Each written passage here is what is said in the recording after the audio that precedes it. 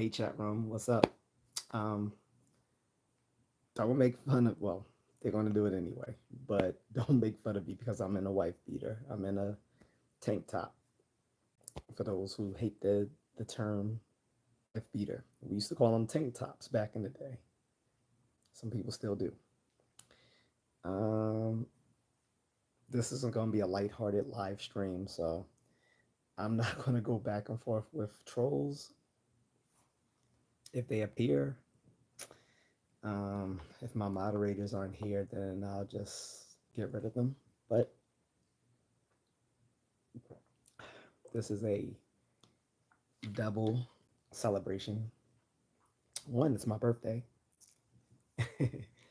And two, um, Batman has just received a star on the Hollywood Boardwalk of Fame. You've heard that right. Yes, I know he's a fictional character, but there are other fictional characters on the Hollywood Boardwalk of Fame too. If you've ever been there, I have been there. I didn't see every celebrity's star, but I've seen several of them, and there are quite a few fictional um, characters with stars on the Hollywood Boardwalk of Fame. So he received his today on my birthday. So, and he is my favorite superhero. So I'm celebrating. For those who haven't seen it, I did a live stream showing the stuff I got from Batman Day last Saturday, September 21st.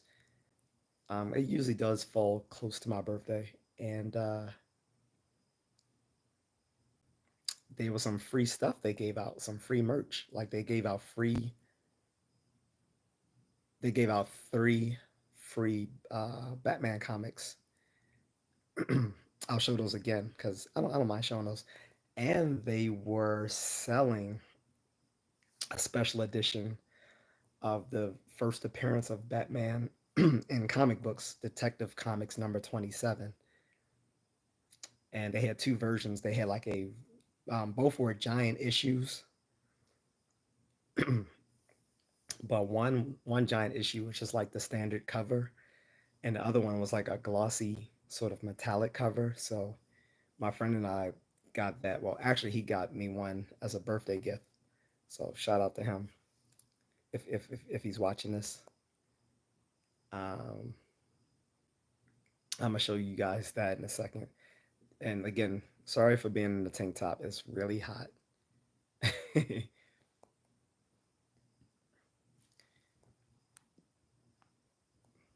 What's up, Ricardo?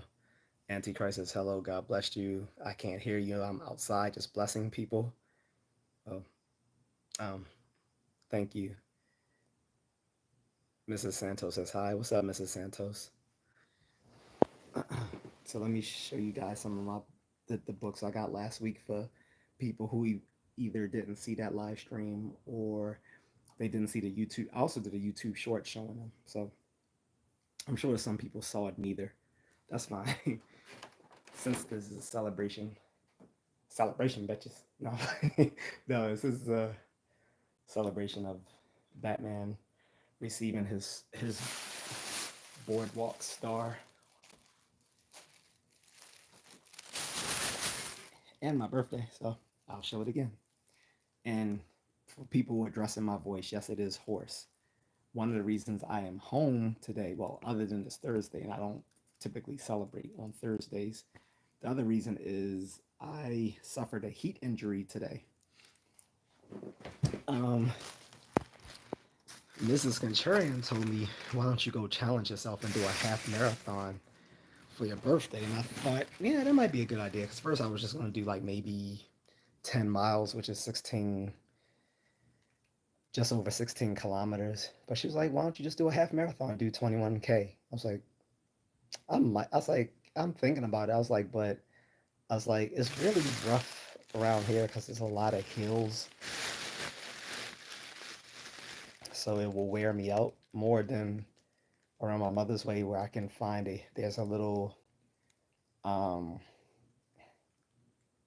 roundabout that I can go that I can run around that won't tire me out as much because I won't be going up and down an incline. And but did it anyway. The problem was, I mean, one, it was like 75 degrees. That may not sound hot to you guys. 75 degrees Fahrenheit for you guys, for people who don't, for you guys overseas. But that may not sound hot, but when you're running, that is very hot, especially when you're doing a 21K. That stripped minutes from me. So I'm already got that deficit causing me like dehydration, which also led to like a lack of body salt. So I started cramping really badly around the 21st kilometer. The problem is I didn't even know I was at the 21st kilometer because my voice coaching on my running app, the sound for some reason went really low, so I couldn't hear it. So I figured, well, it's better I overshoot it a little bit just to make sure that I do the 21K than to undershoot it. And then I realized I didn't come in at the distance that I wanted. So I overshot it, but I overshot it by 2 kilometers. So I came in at just over 23 kilometers at doing a bunch of inclines, which was bad and it was hot. So messed up my voice and I had huge muscle cramps. I'm still suffering them right now, actually. So you're gonna see me like probably snacking and drinking a lot of water. So, um, and like I said, a side effect of that was not only like my muscles cramping for like over an hour, but I, my voice got a little hoarse. Um, and the only reason I got over the cramps earlier, even though this returned, was that I drank hella Gatorades. I had about like I had like 3 Gatorades, some pickle juice, and yes, for people who don't know, pickle juice is very useful. Um, but yeah, it's been tight, and I couldn't even go out because I was planning on going out to eat with family,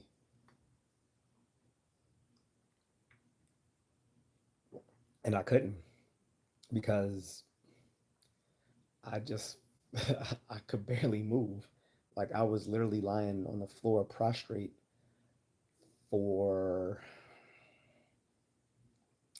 I'm gonna say about an hour, but it was probably shorter than that. But when you're in pain, everything seems longer. It took like 10 minutes to get into the door um, when I got back to the house because I couldn't. Someone locked the door. I'm pretty sure it wasn't me, and didn't have the key since it's not my house, and had to call to get someone to open the door. My grandmother doesn't know how to use her phone very well, so luckily my cousin-in-law heard me bang on the outside and let me in. He saw me just lying down on the just lying there on the stoop. He was like, "Yo, you all right?" I was like, "Man," I was like, "Yeah, I got really bad cramps. I can barely move." So, anyways, Ricardo says I'm fine, just at home, bro. The time in Jamaica is 9 p.m. in the night. Okay, it is your hour behind behind us is 10:15 here. So anyway, as I promised, I'm gonna show you guys the free Batman stuff. Some places might still have them. Some comic book stores might still have them. If not, you're gonna have to pay for them now because stuff that come out on like free comic book day or on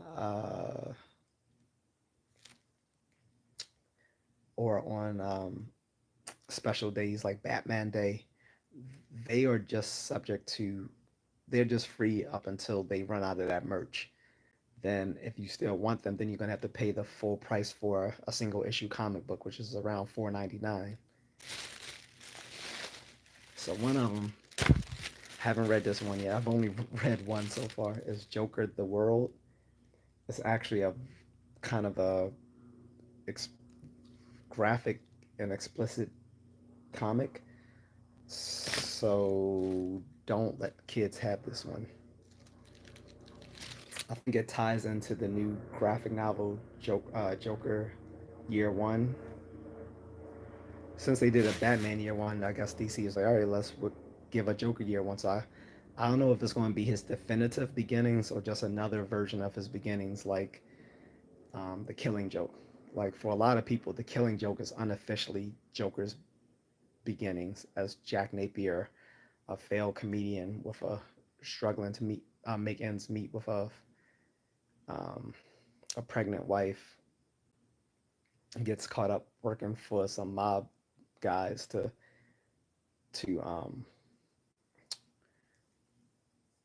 rob a chemical plant where he used to work, and we all know what happens after that.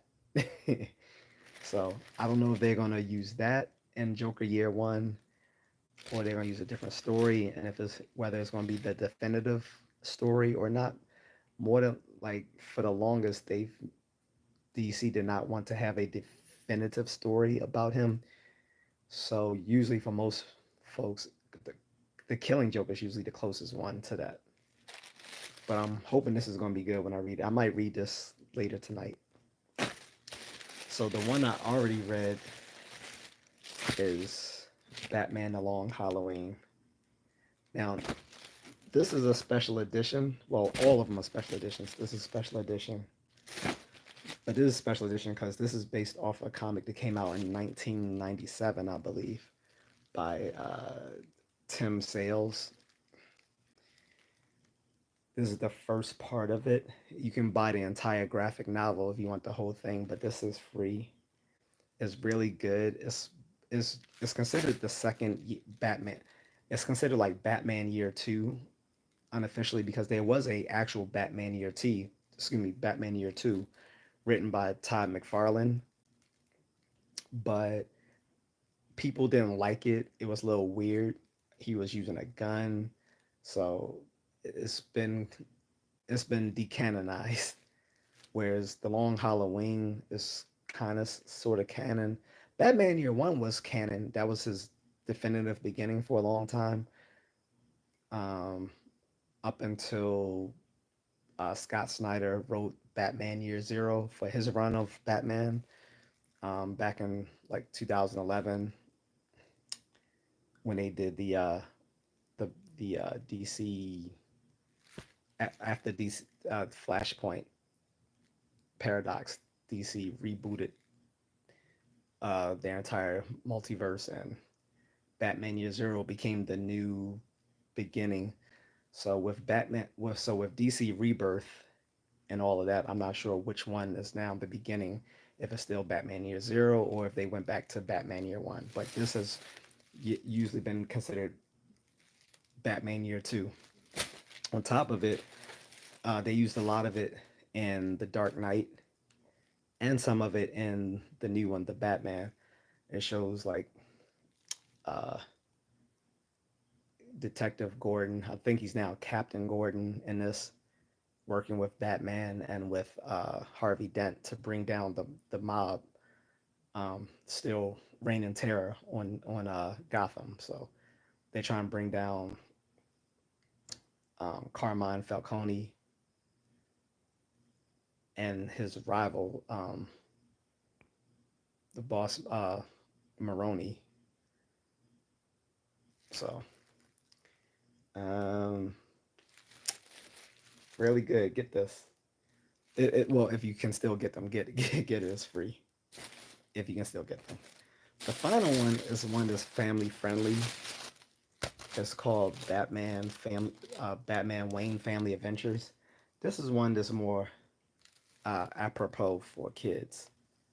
This talks about the Batman family. All of like some people would be surprised how many people are within the quote unquote Batman family.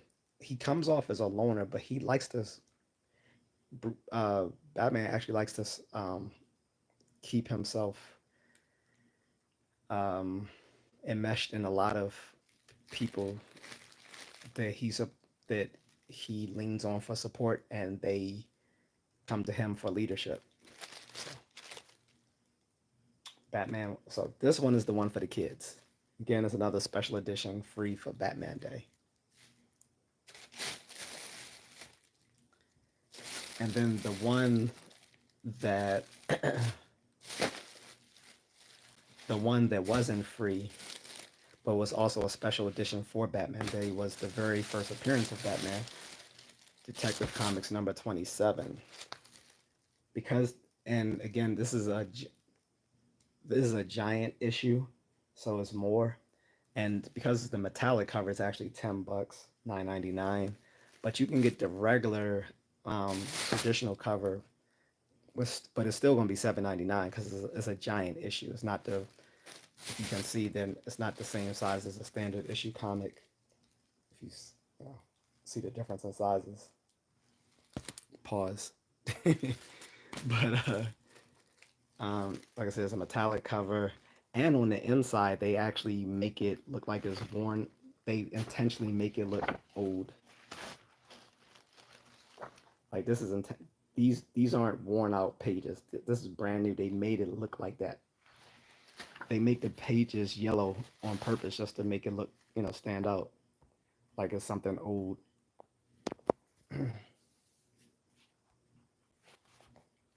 I just switched the filter so I can get more people's comments because I was missing a lot. Apparently, sorry for that, guys. Um, yeah, I was missing a lot of these. Although some of them are trolling comments, but it's cool.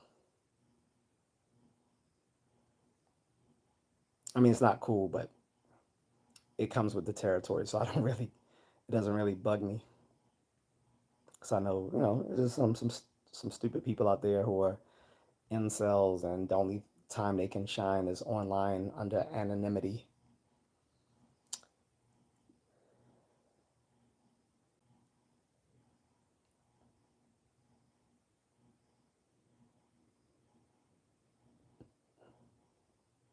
All right, so give me a second, guys. I'm currently blocking a bunch of little trolls, and I don't know why these people try it. Like, I know from my moderators who also have YouTube channels themselves that a lot of these people are just lonesome, and they traverse different live streams every day looking for attention.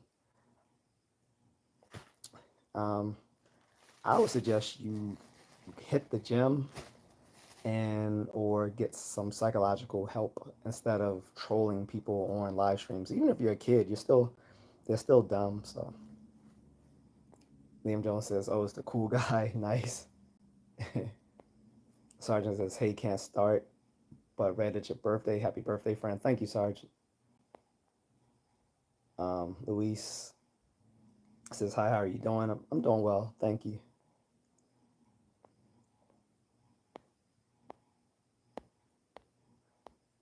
Uh, Bob Horak says, "Army man." VA cap. I don't know. Oh no, I'm sorry. That was another guy, Cena, whoever. I don't know what he says I'm capping about, but he can think about it on timeout.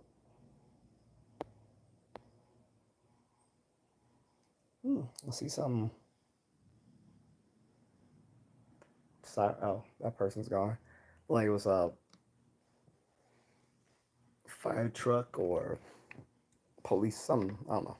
I just saw the lights flashing.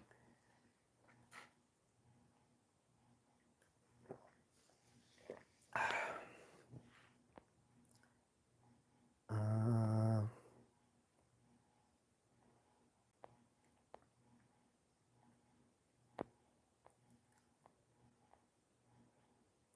anyway, so yeah, guys. The good thing about what people don't know is like Detective Comics didn't start with Batman. That was the number 27. It's just like similar with Spider-Man. Spider-Man wasn't the beginning of Amazing Fantasy. He didn't come along till issue number, I can't remember. One, if there's any Spider-Man nerds in the live stream, you can point it out. But yes, Spider-Man wasn't the first issue of Amazing Fantasy, just like Batman wasn't the first issue of Detective Comics. Most of the comics up until Detective Comics number 27 were a bunch of other like private investigators, soldiers, um, the like cops, stuff like that. And after Detectives Comics 27, with the popularity of Batman, he quickly took over the entire comic book.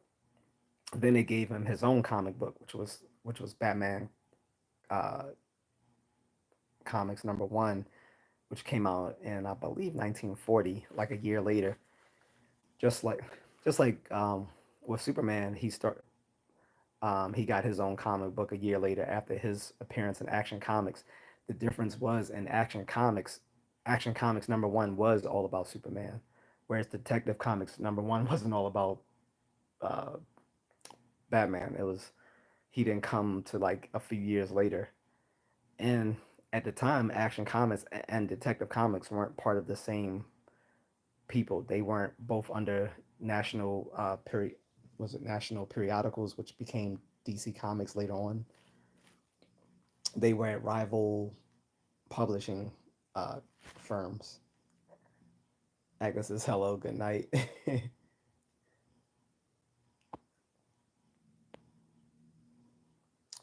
But yeah, guys, let me put these back because it's hot in here, so I don't want them to get messy. And I don't have my comic book slip covers here. They're at my other place, so I have to leave them in the plastic.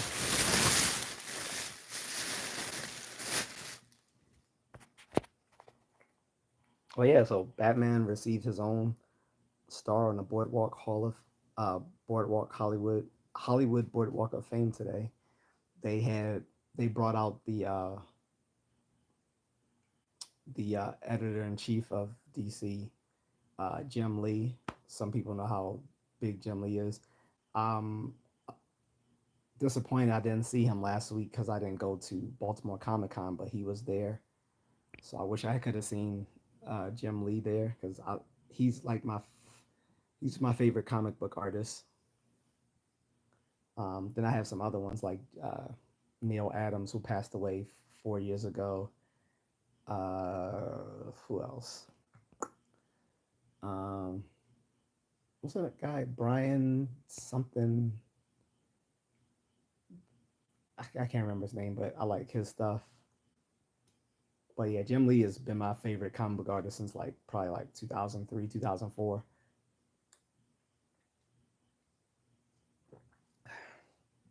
He, like a bunch of others, started off in Marvel, then jumped ship when they weren't treating them well, so they all ended up forming Image Comics, which gave us stuff like Spawn and Walking Dead and um, a bunch of other stuff, a bunch of black superheroes, and then a lot of them, some of them stayed with Image, some of them decided to work for the big companies again, like Marvel and DC. Um, Jim Lee ended up becoming the head of DC Comics.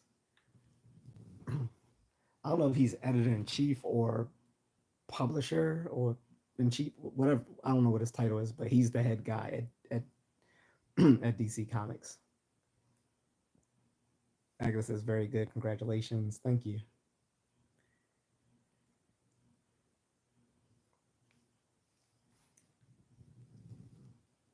So, guys, again, I'm gonna be drinking a lot of water because still dehydrated from earlier, and it's hot in here because my grandmother, because of her bad health, she doesn't like air conditioning. Well, she likes it. Well, let me correct that. She uses air conditioning, but she'll keep she keeps it hot, like we're like we're from the continent, the dark continent. I can't stand heat. Heat is well, yeah, I don't like heat.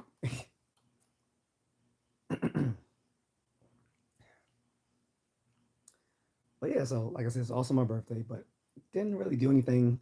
My birthday run was the thing I did for myself, and I ended up paying dearly for it. So I did just over a half marathon, which is 21K. I did 23 um, kilometers and some change, but it cost me because of the heat and all the the hilly terrain that I had to cover. So I won't be doing that again in this area. If I do a half marathon again, it's going to be either on a track or uh, back around my mother's way, where it's more of a flat rectilinear place where I can do it. Archibald Naomi says me either. Don't like the heat either, right? And you wouldn't think it would be this hot on the 26th. Like we're right in the fall. It was the last few days. It's been pretty good weather. Well, it's been in the 70s. So the funny thing is, like, it made me not able to do anything this evening. Like, my friend wanted me to go to the gym with him. I'm like, well, no, I'm going out to eat. But then I couldn't go out to eat because I couldn't get up. So ended up doing nothing and like getting like making some food at home. Just made some oven pizza. I'm in Maryland.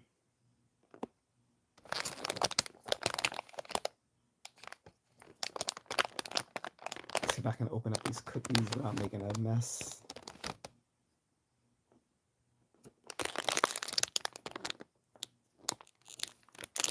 But yeah, I didn't expect it to be this warm this late into September. It didn't used to be warm this time of year, but because of climate change, global warming, whatever you want to call it, it's hotter this time of the year. Baltimore isn't known for being this hot around this time of year. Usually it's somewhere between the 50s and 70s, but it got pretty hot and it's humid. No, actually, no. Let me correct. It's hotter inside the house than it is outside. Outside it actually feels nice. Sarge says, "Hey man, I appreciate all the motivation you provide. Just saying that I've gotten back into running, and it's awesome. Have you, as an older guy that speaks wisdom, and excuse me, and it's awesome that you, as an older guy, um, that speaks wisdom about taking care of your health. I appreciate it. Thank you. Like I get motivation from the older folks too. I've seen people like in their 60s and 70s still killing it.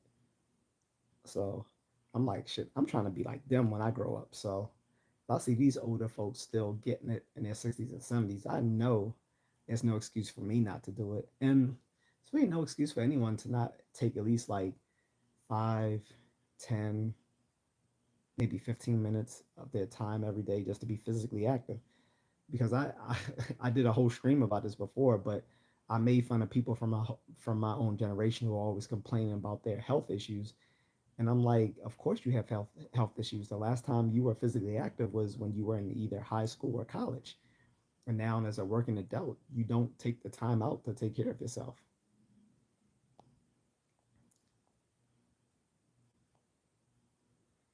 Blue Butterfly says, oh, okay, I was there in July. I thought I was going to die. As it could be related to the hurricane. How old are you, may I ask? 47 today.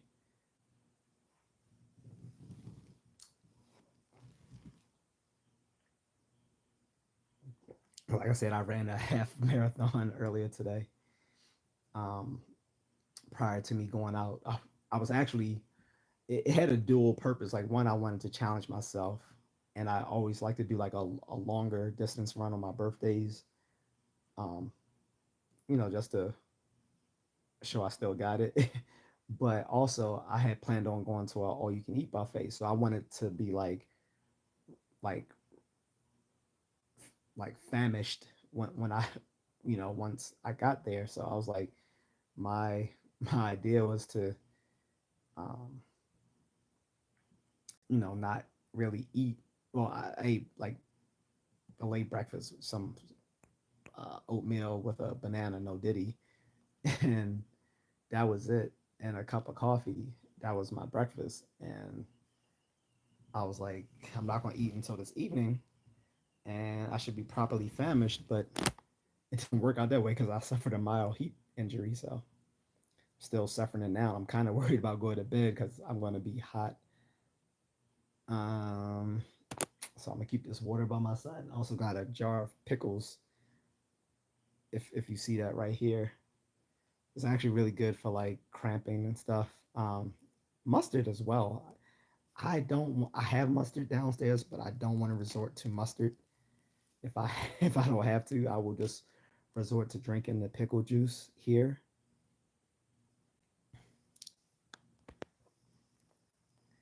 Sergeant says, "Have you ever done the Marine Cop marathon? Excuse me, the Marine Corps marathon?" No, that's actually what I was planning on doing, Sarge. Like that is in either October or November this year in Alexandria, Virginia.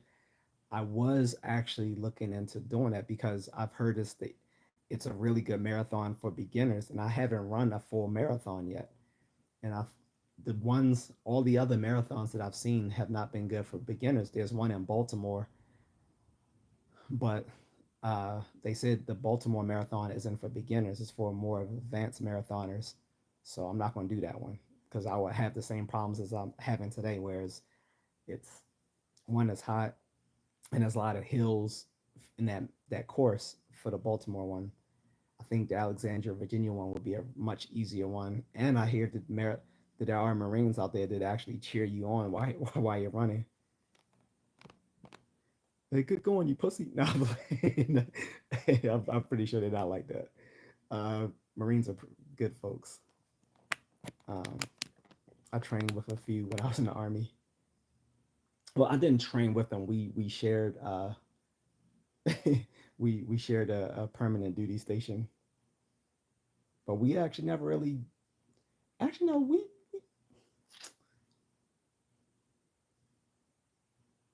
yeah, we never really like did anything together. I think we PMCS vehicles together. For people who don't know what that means, that's like preventative maintenance care and services. Like, when we done taking vehicles out, we have to go back, clean them, make sure they got oil, and make sure everything's running.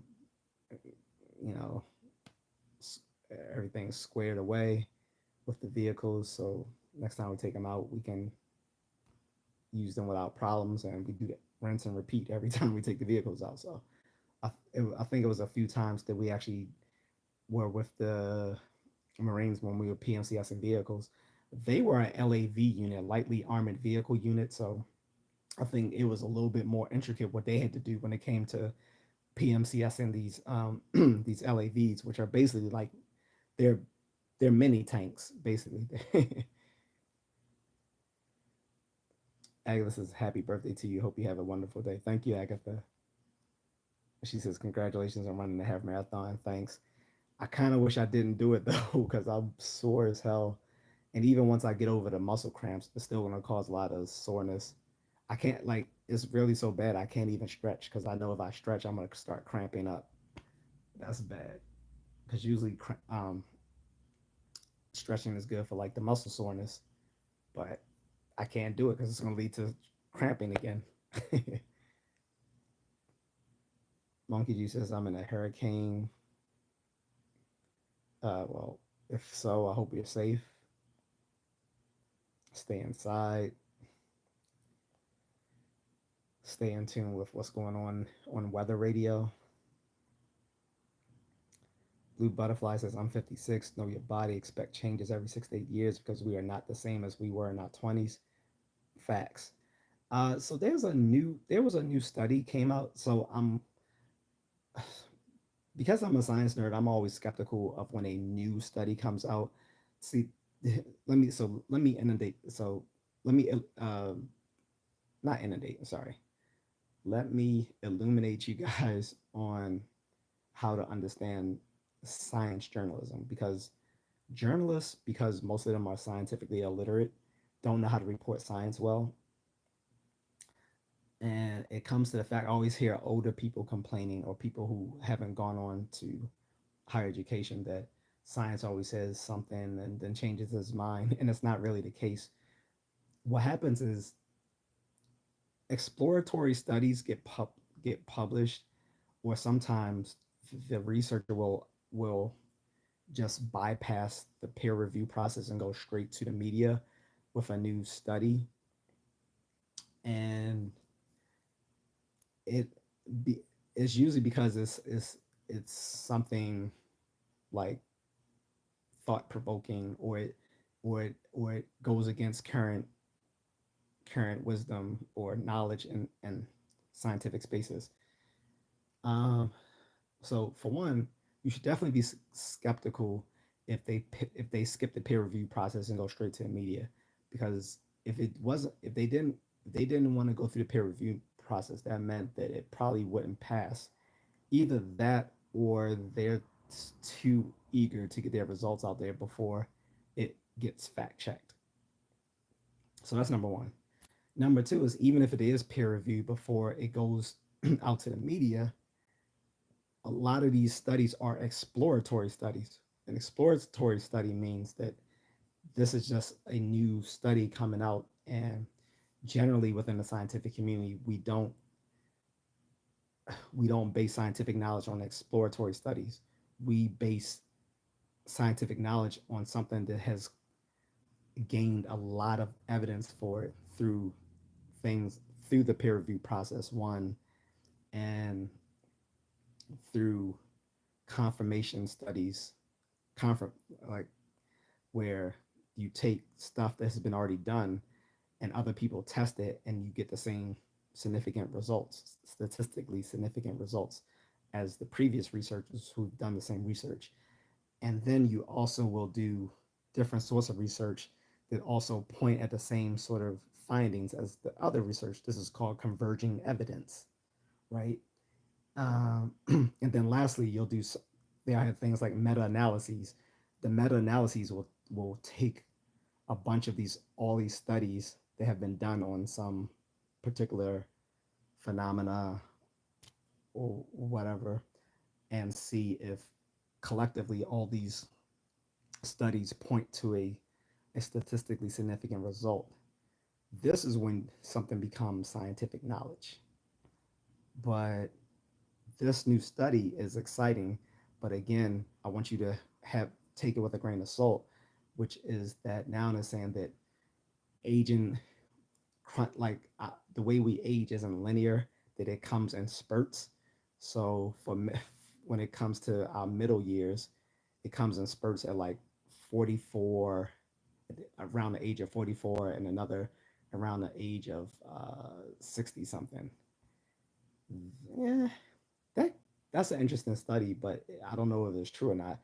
I can't say that I've felt some significant aging 40 between the years of 43 and 45. I really can't say that. But that's subjective. So we need to have converging evidence on that sort of study to see if that's actually real, that most people going into their middle years experience a significant aging spurt around the age of 44, and then again around the age of 60 something. We'll see. Either way, it doesn't give you an excuse not to stay physically fit at whatever level you can do it. Indeed, you're not going to be able to do the same things you did when you were 20, in your 50s and 60s, and etc. But you can still work out. You can still stay in shape. You can still hit the gym. You can still go for a jog. You can still learn new skills like going to an MMA gym. Um, if any, if anything, at the Muay Thai gym and the MMA gym, people are worried about the old guy. It's always the old guy seems like he got something to prove that's going to knock you out. Whereas the younger people are just happy to be there. Everyone's worried about the older middle aged guy ready to square up. Like this man, like this man is like worrying about his mortgage. His wife's stressing him out. His kids are his kids are annoying. His job sucks, and his only release is to come to this Muay Thai gym. He about to and they want you to spar lightly. He about to give you he about to give it to you all. No diddy.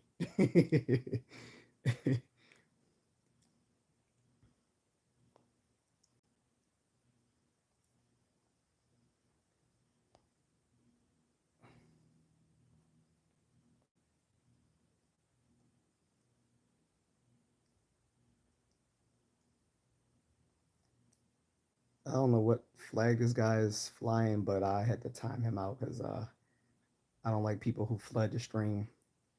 If you got a position, just say what it is, but don't just flood the stream with emojis and flags and stuff like that. Just say, hey, I support X, Y, or Z place, and I'll let it go. Sorry, since my father-in-law did it. So how did he, first of all, if you don't mind telling me, how old is your father-in-law? And two, um, how did he like it? I'd be curious because, like I said, that is the one I am actually attempting to do this year is the Marine Corps marathon because it's good for beginners.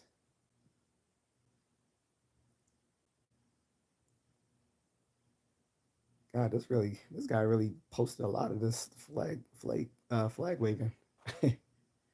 Killer Sand says, "Hello, how are you? I'm doing well, Killers." Agnes says, "How do your body feel after running? Do your body hurt?" No, so after I run, I feel pretty good. First of all, so when you run, there's a such thing as a runner's high. Some people think it's a myth. No, it's real. When you run, you release a bunch of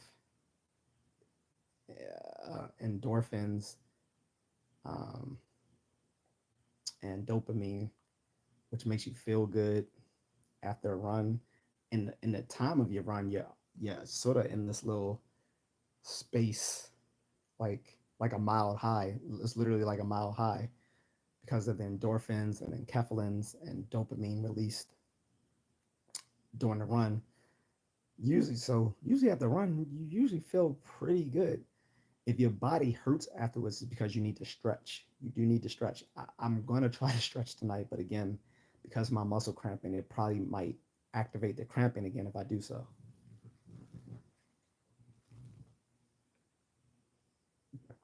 But or the other reason your body hurts is you're trying to do too much. My main problem with beginning runners is they always try to do too much. My friend was the same way. Like we went for a run one day. This dude had on a backpack with a bunch of clothes in it and like two or three t-shirts on. And I'm like, dude, like you're gonna burn up. Like that's not no. I see like you want to be as light as possible when you're running. I don't know if he was doing it because he thought it would make him burn more calories or what. Because I told him you could have just left your book bag in my house. You didn't have to bring it with you. But he and my other friend, both who are on the pudgy side, were both suffering. So they told me don't wait for them, just go ahead and lap them. So I just lapped them and I just told them which way I was running around the block so they could know the trajectory and meet me at back in my house. And I was telling him, I was like, you don't have to do this. You don't have to run as much as I'm running because I was running 10 kilometers. And he said, well, I'm just going to run, I think he said like 5 or something like that. I still think that's too much. I'd rather someone just like start off gradually. Like I would say, do a 21, do a, because this is how I started my running, a 21-minute workout. I was like, do a 21-minute workout, but most of it you should just be walking. Just walk. And then if you can do a few spurts of jogging, do that. Build your stamina up. Don't go for speed. Don't go for distance. Go for stamina. You're supposed to build your stamina, then you build the distance and you build the speed. But they want to do it in reverse. Like um, and speed specifically, then you want to just do separately wind sprints. But most beginner runners do it the wrong way. They want to try to run a long distance soon, right out the gate. No, no. Worry about stamina and time. That's your that's your main focus. So say, hey, I'm going to work out for 21 minutes. So I'm just going to walk around the block, and then, you know, I'm a either like sprint for a few seconds or jog for a few seconds, whatever they can handle. Because if they're a bigger person, they're probably not going to be able to sprint, but maybe they can just jog. So do that. Build the stamina till you're at a point where you can jog more than walk. And eventually you'll find out after a month or two that throughout that 21-minute workout that you're mostly just jogging. Then once you can jog the whole 21 minutes, then you can add running into it as well. That's how you do it. But to sit there, but beginning runners always try to do it like the wrong way. They always try to cover too much distance, and they either injure themselves or they get discouraged because they can't handle it, and they think, oh, I'm just not built for running, when we are all like literally, and I'm not using literally in like in the wrong way. I'm using literally as in literally. We are all literally built to run long distances because that's how our ancestors hunted down their prey. They hunted them to exhaustion. So we're all built to do it, but it takes time because we're not living in that environment anymore where we're always out running back and forth to catch prey and to get back and forth. We live in a time where we actually have to make time just to be physically active. Like once you leave childhood, you're no longer required to be physically active anymore as an, so sorry for that long spiel, but this obviously is something I'm passionate about, right? But again, if your body hurts when you're running, that's either because you're not accustomed to running, because you're a beginner. Two, you need to stretch. Well, you should stretch anyway. Even if you don't run, stretch. If you're if you're in your middle years, 40s, 50s, 60s, you should be stretching anyway, because your ligaments and tendons aren't the same as when you were in your teens and 20s. So stretch. Um, but third, it's not just because you're a beginner runner or that you're not stretching. It's just the fact also you might be trying to do too much. Don't do too much. Gradual. You're not, I mean, unless you are an athlete preparing for a race, there's no need to try to bite off more than you can chew, figuratively speaking.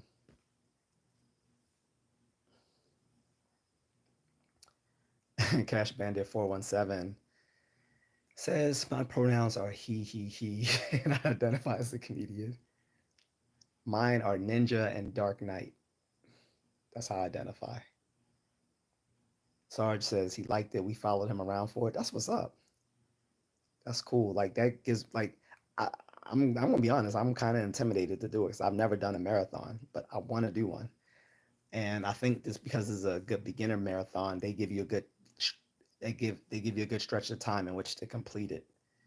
I'm not sure if I can complete the Baltimore one in the time allotted. I think the Marine marathon I can. Dilfer says, "Hey brother, how you been? Sorry, been gone for a while. No problem. What's been going on, man?" So it says he was probably around 50 at the time. Okay, so yeah, I feel encouraged. I feel I feel seen then. So if he was 50, he can take it. Not taking anything from your father-in-law, obviously, but if he's 50 and he handled it, he liked it, then I'm gonna try it myself. That might be. I wanted it to be a birthday present for myself, but it's not around my birthday. It's in October or November, so um, maybe a spooky season treat for myself. Liam says, "Dude, no offense, you are past the age for speed." Not true. Again, just because you can't do to the degree what you could do in your 20s does not mean you can't work out for speed. There are ways to work out for speed, like hit training, right? Doing wind sprints. There are, I literally saw a video a few days ago of guys in their 70s doing a dash. I don't know what, I don't know what meter dash it was, but they were fast. So just because that's how you feel about your body has nothing to say about mine and my capabilities. Would I be as fast as when I was 20 years old into the army? Probably not. I'm realistic. But does that mean I cannot be fast for my age? Of course not. Of course I can be fast for my age. I'm literally, look, I'm more in shape than most Gen Z people. Most of them don't have gym as a requirement every day. Like they may still have gym at their schools, but a lot of them don't require them to do it every day. Like it's not nowadays like where you would go to gym, be playing basketball or doing gymnastics or doing wrestling, and then now you're doing algebra right after you're in algebra two right afterwards. Um, just because I can't be as fast as someone twice my age, half my age doesn't mean I can't be fast. I'm pretty fucking fast. Deborah says he runs 10 miles a day. He is speed. No, so my distance runs are long uh long slow runs, but I mix sprints into them. So it'll be like a long slow run for the most part, but then I mix I'll sprint like when I'm coming down a hill I'll sprint, or if I'm just at a like on a flat like I'm on a flat straightaway, I'll often sprint, especially if I'm listening to something that has me gassed up. I'll definitely start sprinting. So, but but yeah, most my long distance runs are are purposefully slow, like a slow run. Then I'll sometimes do a dual run. Not doing that today.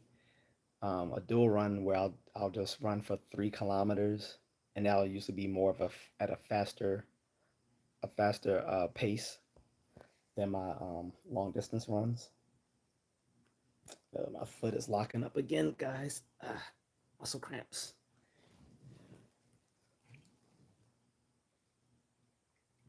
Saeed Shahib says, "Damn, big dog, straight out the hood." No, I'm not straight out of the hood. I'm straight out of it's hot. That's what I'm doing. It's hot.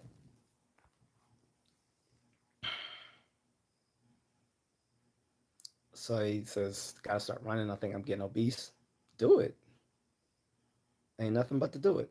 Literally, go out tomorrow, put on your sneaks, go for a jog, man.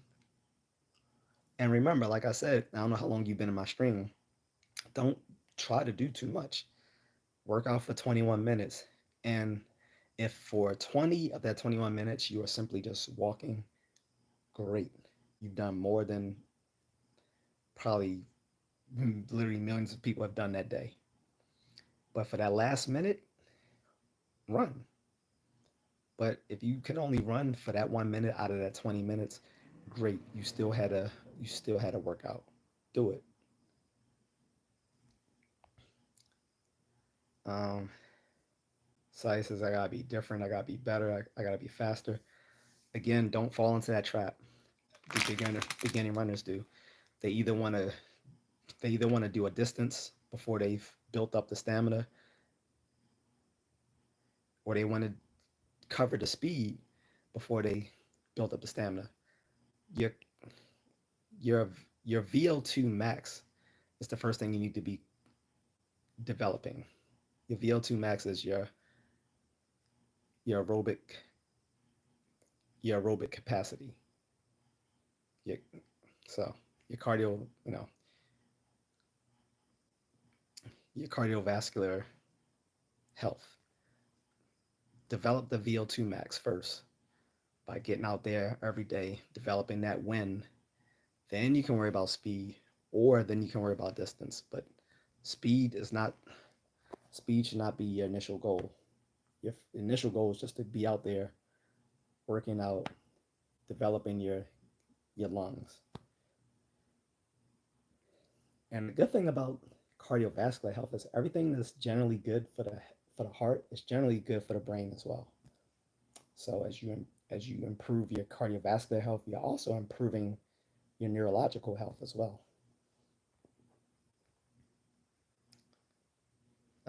Liam says, Delfred, you are confusing speed with distance.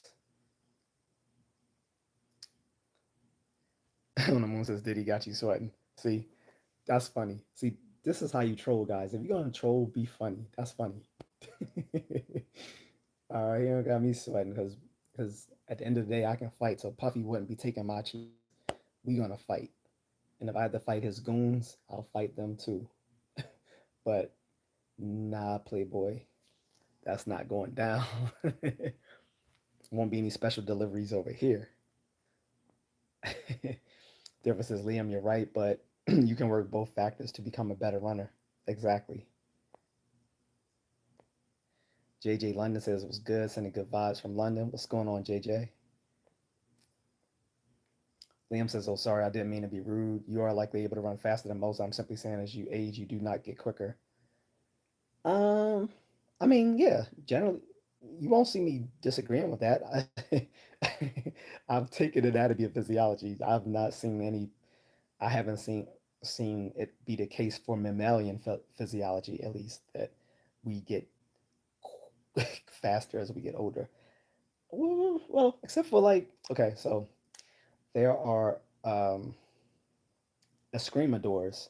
These are people who practice, Filipino martial arts in the Philippines.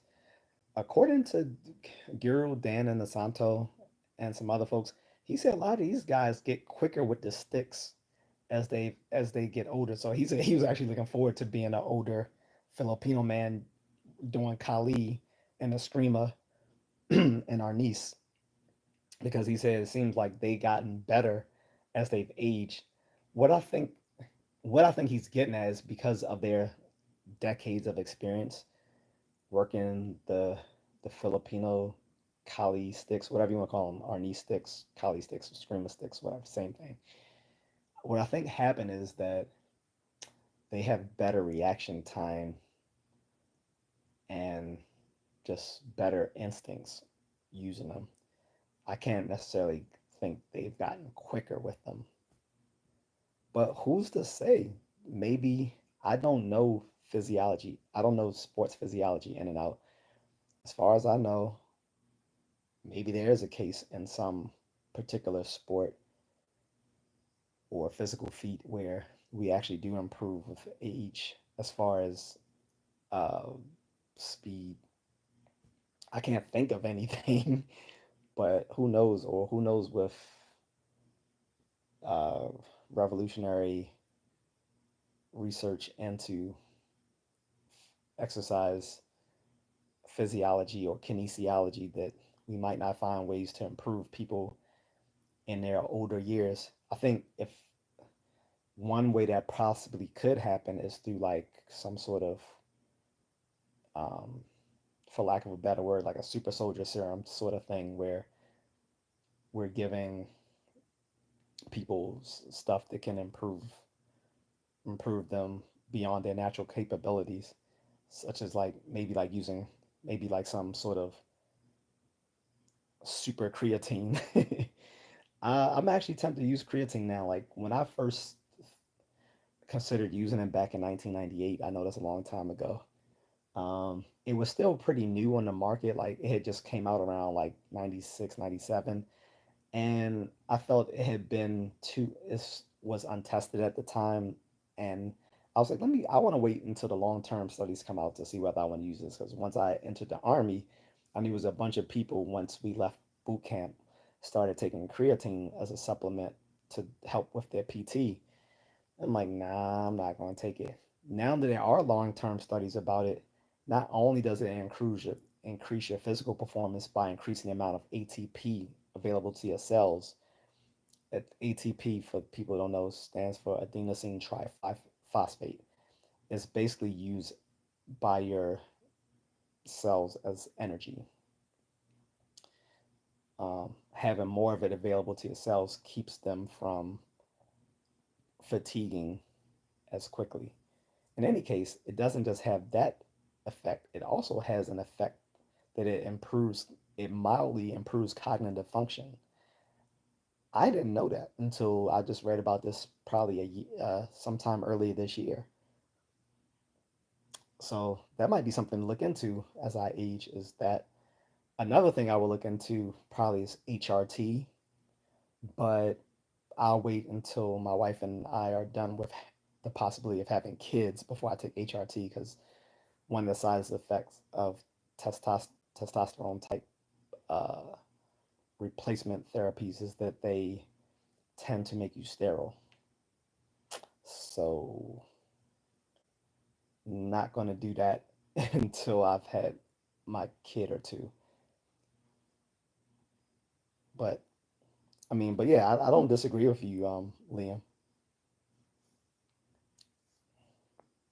But what I was trying to implore to you is that just because you can't be as fast as you was when you were 18 doesn't mean you can't still be fast. That's all I'm saying. If anything, check if you like. I'm not telling you you have to, but if you want to buy a membership to my channel, you'll see a bunch of stuff I've done on there, and you can judge for yourself whether the kid still got it or not. Denver says even if you slow jog 10 miles, I bet 90% of Americans can't even complete one whole mile. Dude, I don't think most Americans complete could complete a half mile. One should at least when we so when we went, I don't know if it's the same, but when we entered Army boot camp, so your first week is just reception. So they've changed it now where they have now 2 weeks of reception. I don't know why they need 2 weeks, but whatever. So you have a week of reception where you get your uniform, you learn your Army protocol, like they give you all your inoculations. Um, then they make sure you're fit, you're ready to undergo boot camp. And the the thing that you had to do to start boot camp from when you enter reception was that you had to run a 1 mile a 1 mile dash within a certain amount of time. I forgot what the amount of minutes were, but you'd be surprised how many people couldn't make that cutoff. Like they had to, some of them didn't they couldn't finish that run in the prescribed length of time. Had to stay back in reception and work on their cardio until they could pass. I think they probably got two chances to try, and if they fail each time, then they would probably be booted out. But I bet you a lot of Americans wouldn't be able to pass that 1 mile test, that 1 mile run test. Denver says 10 miles of non-stop jogging or running is probably something only 1 to 5% of Americans can do. I'm more of a weightlifter and can only run 3 miles before I'm dying. But you're still running 3 miles. That's still good. 3 miles is about 5 kilometers. That's half the distance right there. That's half the distance. If you wanted to work on it, you can do it. You could do it. Not saying you have to, but you could. If you can run 3 miles, you can run 6 miles, which is roughly 10 kilometers, which is 6.2 miles. But the fact that you can run 3 miles and you're weightlifting, you're a cut above the rest, dude. So it says fast walk is best to sweat. Not gonna lie. Yeah, what we call in Army double time, double time march. But yeah, but I'm not even saying fast walk. Like I said, I don't know how heavy you are or how in shape or lack of being in shape you are, but I would say, dude, just go outside, walk for 20, if you have the time, walk for like 20, 21 minutes, right? That's it. And once you do that, once you've accomplished that, then, walk 20 minutes and see if you can like fast walk the last minute and so on. Go from walking to fast walking to jogging. But for the beginning, those beginning first weeks, the bulk of it should be just walking, right? don't try to do too much. This I keep trying to implore it because I'm a martial arts coach and a martial arts and fitness coach, and I always try to tell people don't try to do too much. Okay, this is a you know this is not a sprint. This is a journey. Okay, just go, I would be happy just seeing someone go out there and walk because I've talked with people who are like severely obese, like to the fact that they're saying like it hurts when they walk, that their knees hurt when they walk. That means they have a lot of weight bearing down on their knees, and our our patella, the knees like weren't built to support a lot of weight on them. That's why people have these bad knees. Um, and I tell them, look, just go out and walk. And most of them would be like, yeah, I can do that. I'm like, yeah, that's all I'm saying. I was like, don't try to run, don't try to don't try to fast walk, just walk. Most of them be like, all right, I can do that. And it's also psychological too, because once they realize this is something I can handle, then eventually they know they can handle more. But if they start off doing something that they can't handle, it's going to discourage them from ever trying to do it again. So see, it's like he says, but it feels weird. That's what I'm saying. Just walk, dude. Just start off walking. Dilfer said, Dilfer says, Saeed, I know what you mean. Fast walking gets your heart rate up over 150 plus, but you're not dying from it. I don't like how it makes my knees feel after a while, though. So another thing is get one of those smart watches so you can monitor your pulse rate because if you feel your heart rate going up, you need to slow down. Don't stop, but slow down because that means you're trying to do too much. You're probably trying to fast walk. Just walk. Keep that pulse rate steady. The only time it should be shooting up is when you're purposely like going into a faster pace. It but you want it to be like steady. Liam says I didn't think I would have to qualify this, but I meant sprinting. Okay. Saeed says I can jog at an incline of 10 for five speed, 15 minutes continuous. Okay. But again, like I said, keep it modest. Keep it modest. I'd rather you do a full 20 minutes at a slower pace than the 15 minutes at a at a faster pace because that 20 minutes is giving you a that 20 minutes is basically like that's your that's your little golden time for like cardiovascular activity, about 20 minutes, unless you're doing something else. So like for jump rope it's about 10 minutes.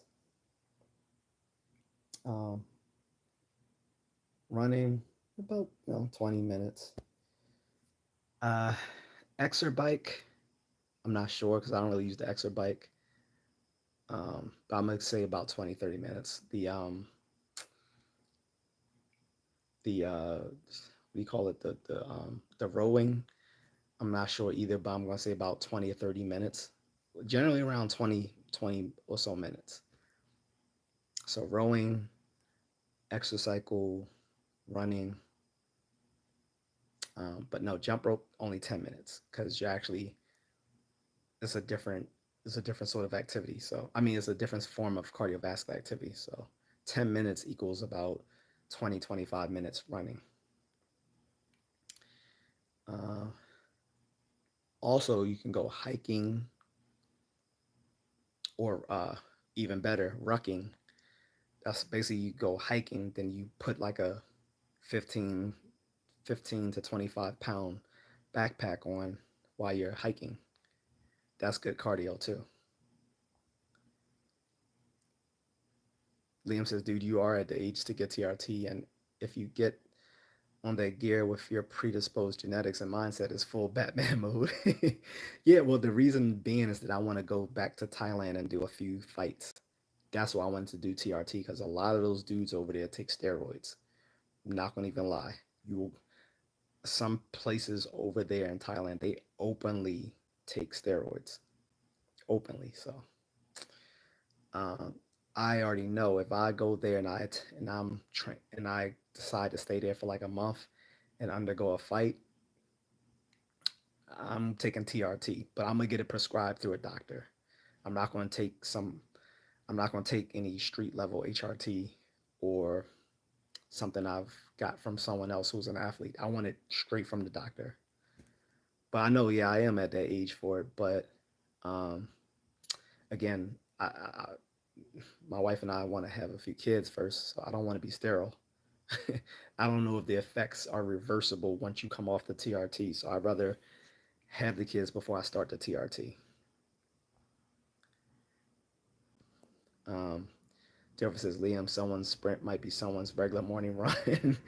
An obese guy, 100% sprinting is probably going to be like a 6.0 speed if doing hit on a treadmill. Do you guys know what hit is? By the way, it is a very good training regimen for a lot of folks. I don't do it, but I would recommend it. Jennifer Chafarro says, you good? Yeah, I'm just hot. I'm just hot, if you can tell. And my voice is hoarse because I've suffered a heat injury earlier because I ran a half marathon, Jennifer.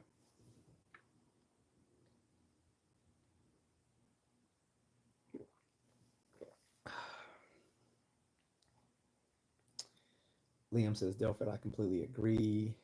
Delford says, Jennifer, he just fought off a gang of ninjas. Jennifer says, and hips and ankles, yeah, yeah.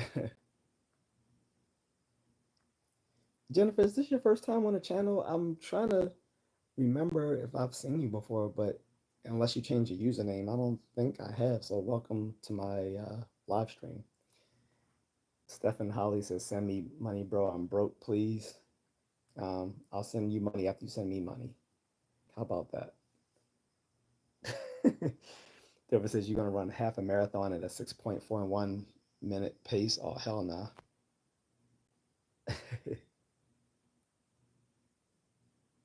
Dude, that was from me slowing down. So you saw it on my community tabs, right?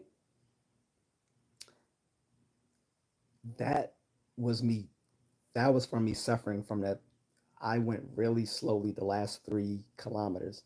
Once I hit, because I guess, so one of the things that was the other problem I think I mentioned was like my running app. I use the Adidas running app. The I don't know because I got so sweaty that it messed with the volume, but I couldn't hear it. So after like the 17th kilometer, which was still barely audible to me, but it's because there was no traffic that I could still hear it. I couldn't hear anything. And I kept trying to press the button to make it louder. And I think because I was so full of sweat that it probably messed that up. So after the 17th kilometer, I didn't know. I was just basically like roughly, like I was just guesstimating the my distance based on the fact that I've run that area so many times. I kind of roughly knew my distance, but I overshot it by 2 kilometers. And like I said, by the 19th or 20th kilometer, I was already starting to cramp up. And I'm like, oh boy, here we go. And I was like, all right, I was like, I'm a big boy. I'm just gonna tough it out. But the problem was, I overshot it by 2 kilometers just because I was so scared that I was gonna get home and find out I was just under 21 kilometers. That I would have been pissed off. I'm like, no, I don't want to. I was like, I'd rather overshoot it a kilometer than undershoot it by a kilometer. Little did I know I overshot it by 2 kilometers. And so, like I said, by the 20th, by either the 19th kilometer or 20th kilometer, I was already cramping up badly. Like it looked like I was by my last kilometer, I looked like I was just hopping, like hopping along to get to my house. And it it was funny. I mean, it wasn't funny then, but I'm sure it was funny to see. But it messed up my pace because I know I would have. It added like well, the two unnecessary kilometers added like almost almost 14 minutes to my time, right? Then on top of that, because I was going slow, they added a few more minutes to my time. So I should have came in at a better pace than that. Like I should have came in at like at an average of maybe 6.10 minutes. So, but again, it was a hilly terrain, so that's also gonna mess up your pace as well. Those hills. So I always gotta give myself a little bit of grace, knowing that because I'm not running on a flat surface, that it's gonna it's gonna increase my it's gonna decrease my speed, well my pace rather, because of going all these up all these hills and stuff like that. And I gotta navigate around traffic.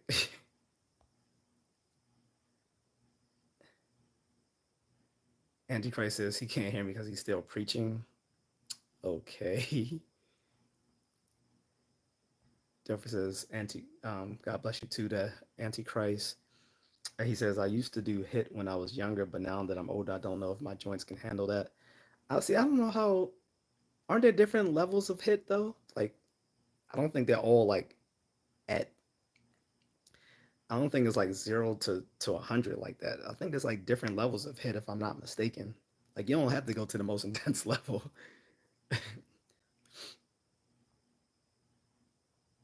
Thank you, R. Dilfer says, also, you already ran the half a marathon. Damn, man, that is impressive as hell to do that at a 6.41 minute pace, even if you slow down. Yeah, I actually dislike that pace. Like, that's incredibly slow to me. Um, like I said, I could have done that in a much better. Like, if I was at the high school track or around my mother's way, where there's a nice street where I can go around and around. It would have cut my time. Liam Jones says makes sense.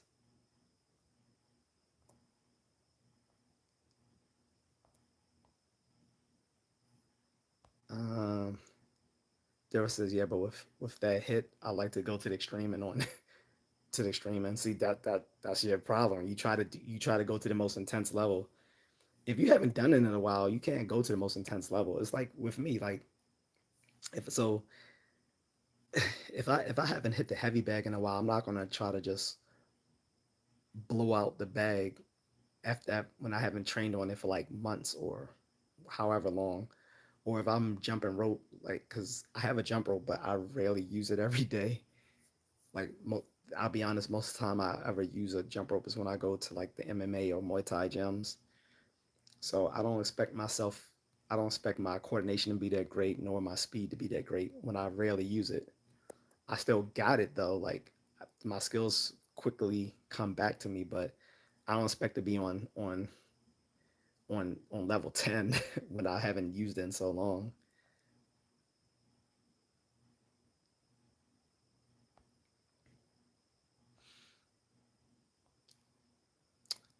Denver says average marathon miles pace is like 10 minutes. You think you could keep up that 6 minute pace in an actual marathon?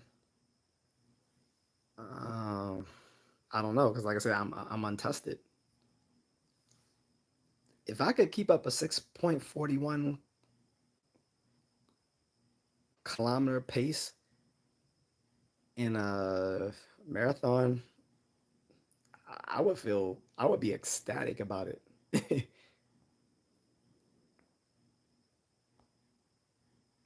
Ease your mind says in 2 or 1 punches, no training, pure testosterone.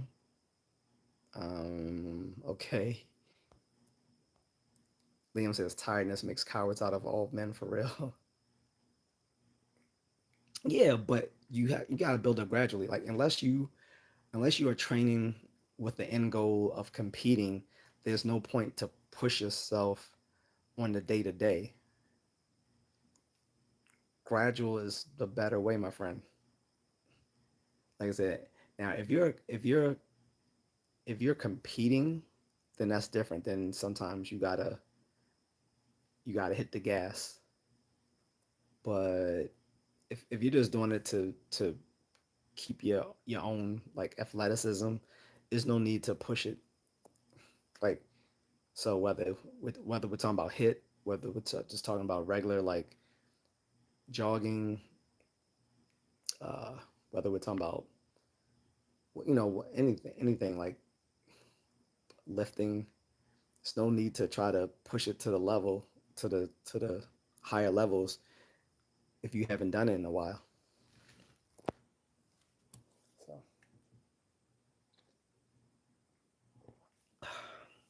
I'm gonna I think I'm gonna attempt some stretching after I get off of here, just so I don't have that soreness. I want to reduce as much lactic acid before I go to bed as possible, so I'm not cramping up. Because I know it's bound to happen, but I'm gonna try to reduce it. So I already got the pickles out, pickle juice. So as soon as I feel it at night, cracking that bad boy open.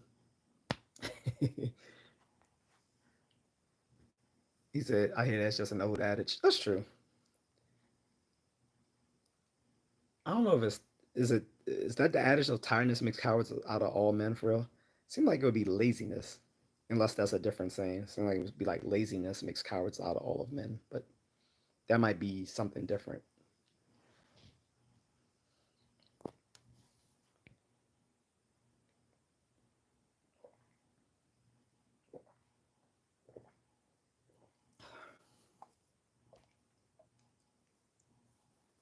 But so anyway, getting back to what I was originally talked about. So I said the whole Batman and birthday thing kind of blended together today in a perfect storm.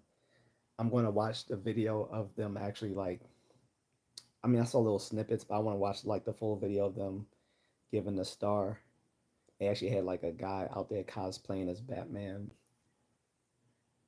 He wasn't the greatest cosplayer for it. Probably also because I didn't like the uniform. Any my Batman uniform has to have trunks. Same with Superman. I need the trunks. Like I don't like the uniform doesn't have the trunks. Like it doesn't make sense to have the belt without the trunks. So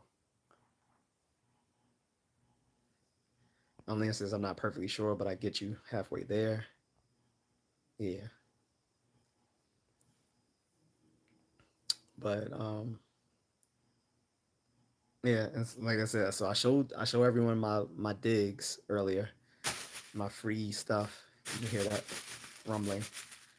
Those so if you haven't gone to a comic book store, go and you might just luck out and they still have a few extras left. If not, you can try the public library. They might have it there because whenever they give out those little free stuff, those free books at the comic book store, the public library usually has them too. I discovered that about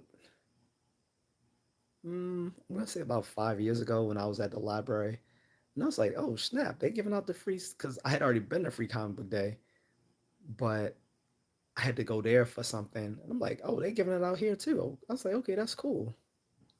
Because not everyone has a comic book store in their neighborhood, and I'm not sure if Barnes and Nobles participates. I would think they would, but I'm not sure if they do because most people that don't have a comic book store near them may have a Barnes and Noble near them. If you have a mom and pop bookstore though near you, that's the best. Support your mom and pop bookstores, and support your mom and pop comic book stores because those are disappearing as well. The one I go to is actually a franchise now, Third Eye Comics. I support them because I like I like the ambiance. I like the people who work there. Um, they have a really good selection of stuff, not just comics but manga. They have manga there. They have a whole bunch of collectible toys. Um, they have collectible like weapons and stuff like that. Like like all the stuff you would see like in some of the manga or some of the video games, like the swords and shields and stuff like that. They have those there. They sell like the T-shirts and the posters. And Third Eye also has like three other stores. So they have a buyback store where they actually will buy back like vintage stuff from you to sell to their customers. And they offer eh, a fair price, but you'll probably get better on eBay, honestly. But if you don't feel like dealing with eBay, like they're a good alternative. But they also have a Third Eye game, uh, music and games. So they have like places like in their music and games place. They have like records, like like vinyl records you can buy, and they even have like the new record players. Like they've since people have started buying vinyl records again, they have started selling record players again. But these aren't the ones from like the 70s and 80s. These are like newer ones that you can use in along with like CDs or like digital streaming. Uh, and then like their gaming stuff. They have like all the stuff from D&D to Magic the Gathering and uh, hundreds of games that I've never heard of.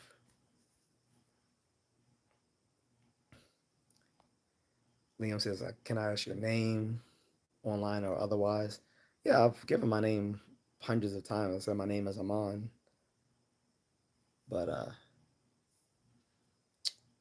um, in any case,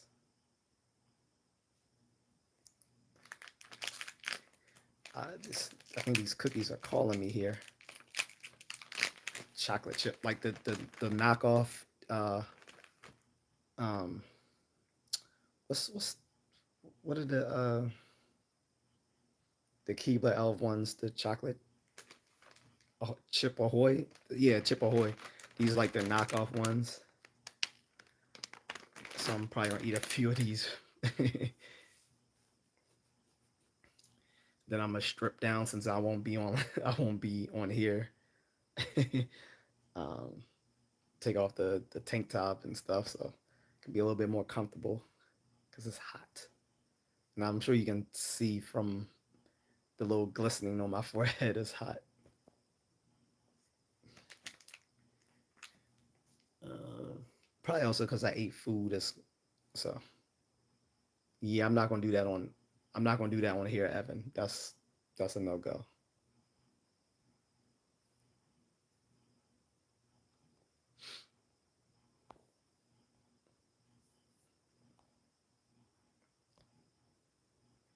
How are people come here and they only hear those things? They don't hear anything else.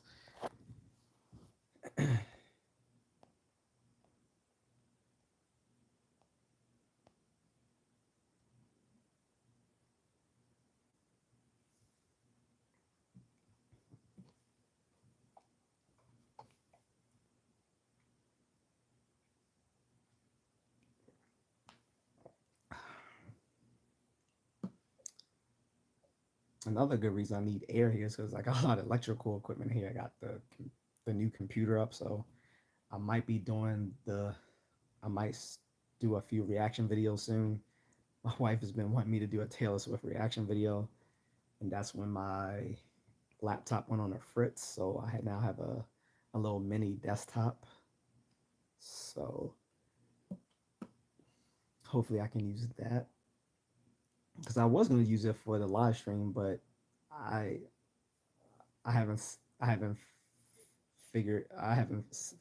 finished configuring the PC to my specifications yet. Lemoyne, I said Amon.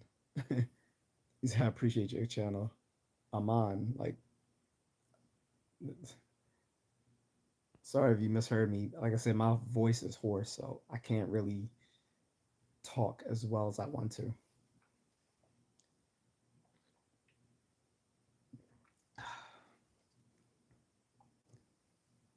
Um,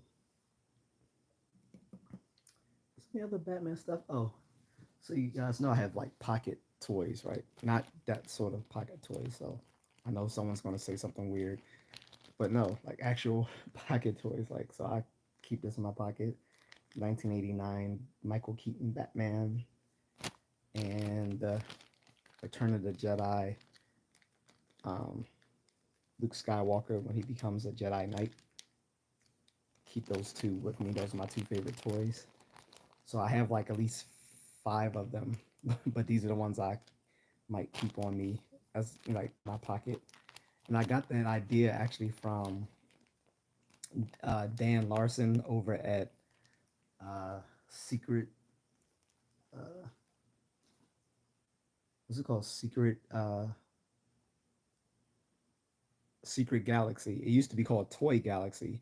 He changed the name to Toy Galaxy because now he wants to do content beyond just talking about toys. He wants to do stuff about all sorts of nostalgic stuff from the 70s, 80s, and 90s. And so he renamed it Secret Galaxy. But if you knew it as Toy Galaxy, it's the same channel by Dan Larson. He said he likes to keep one of his favorite toys in his pocket. For him, it's the Boba Fett action figure from Star Wars. I think that's if you've watched him long enough, you know that's his favorite action figure is the Boba Fett. So I think he keeps one of those in his pocket. For me, it was Luke. So by the way, Mark Hamill's actual birthday is September 25th. So that's another thing we have in common. So Mark Hamill, the person who's made is the personification of Luke Skywalker. His birthday is on the 25th, yesterday. So then mine is today. And I was born the year Star Wars came out, 1977. So Blame versus Batman got a star at Hollywood, but the question is, would you go to Hollywood to see it? Yeah, I've been there before. I mean, because usually when I fly overseas, I like to do stopovers because one, it makes the I like stopovers because it makes the flight cheaper, but also it keeps you from having jet lag. So one of my secrets about flying is I have long stopovers between each destination, but uh, a series of stopovers from my point of origin to my final destination. And there's no flights from Baltimore or DC that fly all the way to the Philippines. So if you're flying west, then you have to stop over in either like LA or San Francisco, uh, or Atlanta, Hartfield, Jackson, or Chicago, or Texas. One of those really big international airports. So the one in Atlanta was cool because that is but it was kind of boring. I like the one in LA because I wanted to go see LA. I'd never been. I had been to Georgia before, not necessarily Atlanta, but I didn't really have any. I didn't really care about Atlanta to be honest. I wanted to go to LA. So with my long stopover, the first thing I did, uh, I, I think the first thing I did was go to Hollywood. I can't remember if I went. Well, I can't remember if I went to Culver City Mall first or if I went to Hollywood. I think I went to Hollywood first. And yes, I saw the Hollywood Boardwalk of Fame. I went to Roscoe's Chicken and Waffles in Hollywood, and I decided to eat there because I didn't know how bad or how not bad the original Roscoe's Chicken and Waffles was at in Long Beach. So I was like, since I'm not sure how it is going to be in Long Beach, I'm gonna just eat here in Hollywood, which was decent. Um, then I went from there to like Chinatown and had fun walking around there, and going to stores and stuff. But yeah, I'll definitely go to Hollywood again to because one of the things I did when I went to San Francisco, purposefully when I went to San Francisco went down to Chinatown to see the Bruce Lee statue. 'cause they have a statue of Bruce Lee in Chinatowns of San Francisco. So yeah, I'll definitely purposely go to Hollywood and go back to the Boardwalk Hall of Fame. I remember last time I was there, I took a picture of the Donald Trump board star because they people kept putting dog shit on it, and I mean, at the time I didn't support Trump. Now I do, but it's still funny. Even though I do support him, I still think it's funny that some people are so dis dis disgusted with him that they will put fresh dog shit on his star. Like every time it gets removed, people literally just put more dog shit on his star.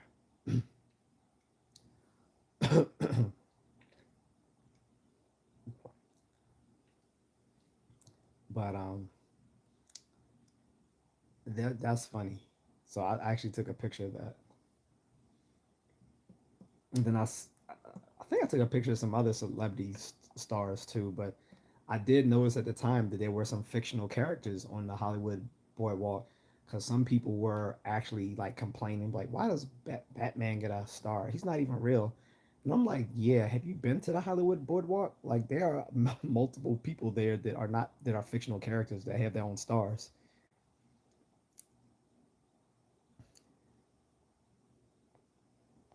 He says, Blame Dirty says, and happy birthday. Thank you. Appreciate it, bro. He said, I'm just picking on Hollywood.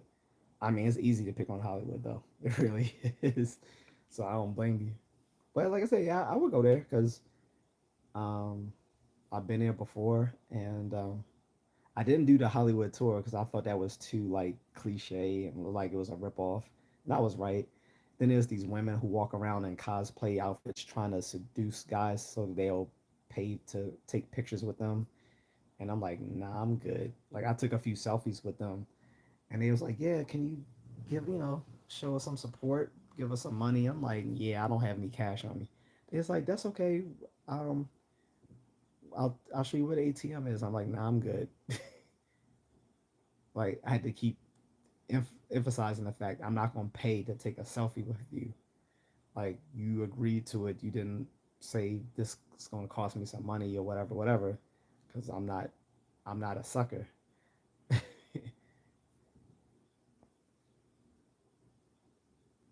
Michael T33 says, "What's up, brother? Did you ride the metro?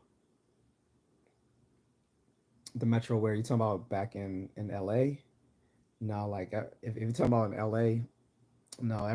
Everywhere I went in California, I was in like either Uber or a Lyft. Now, when I was in Hartfield Jackson Airport, I did take the train they have built into the airport. That was kind of cool. But yeah, when I was in California, I just used like LA is way too sprawled out, so I wasn't trying to learn the metro system. I just simply took a lift. Um, I took a lift from like LAX out to Hollywood, and then from like then back. No. Then I think from there, then I went to Chinatown, hung out there, and then I took a ride back to the airport. Revolution says hello from Uzbekistan. He said we enjoyed you in the Avengers movie. Haha. Haven't heard that one before. Just haven't heard in a long time. But yeah, like,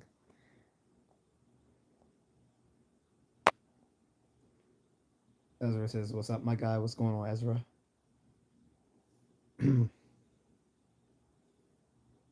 Antichrist says, "I can hear you now. I have connected to the speakers."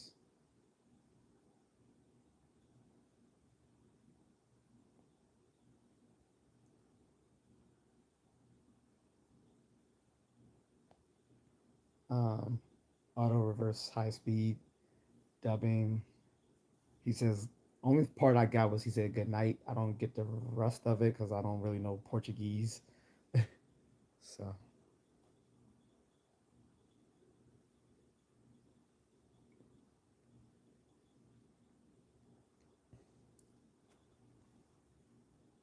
Antichrist says, I don't make people pay for selfies.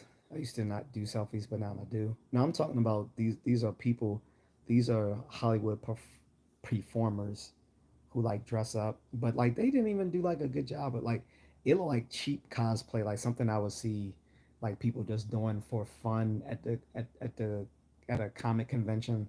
Not like the professional cosplayers who are actually like dressed up to try to win contests, but just like the amateur people who are just walking around in cosplay at the convention just to have fun. That's how they were dressed up. And I'm like, I'm not gonna pay to take selfies because you put on some little cheap Catwoman outfit or some cheap Snow White outfit. Like, no. Abs the Truth says, yo.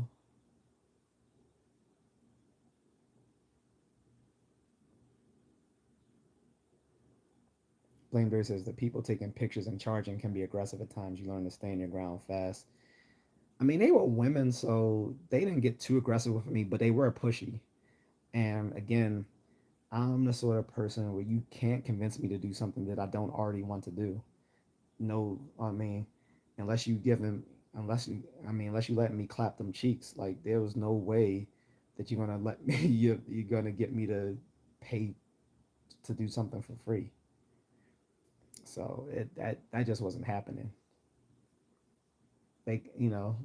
They were nice but pushy, and I was nice but rejecting it.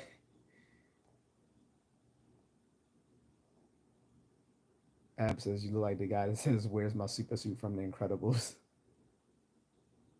Wait, you talking about the father, or you talking about Frozone? I can't remember who. I don't remember which one said that, but I thought that was the father who said that, Mr. Incredible.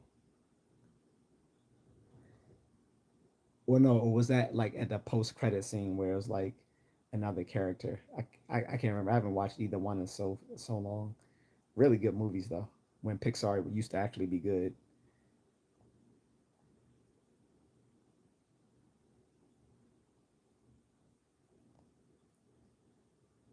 Joe Friday says, "Turn on the AC, bro. You over there sweating like a preacher." Good Lord, Pastor. It's funny too. I got like Bibles right up here,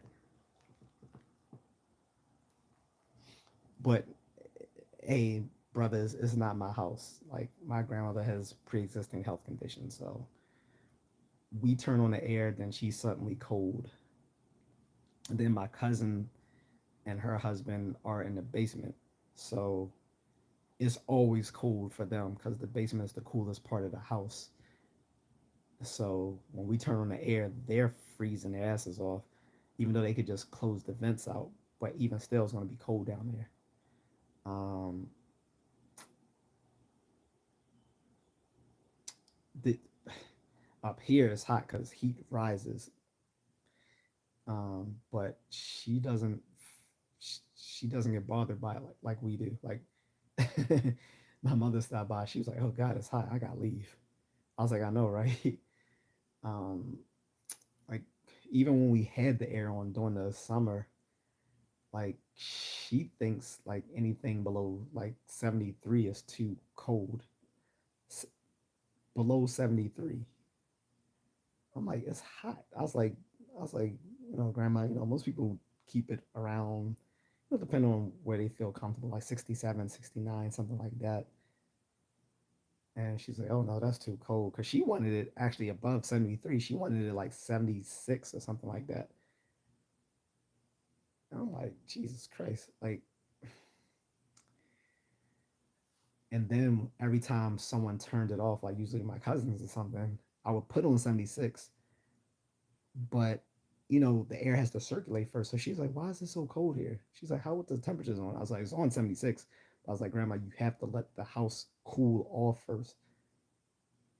I said, when they turn it off, it makes the air conditioner work harder because now it has to reach stasis. It has to reach like a homeostasis within the house where the temperature is even. So that's why it feels like it's coming out so cold because it has to balance out.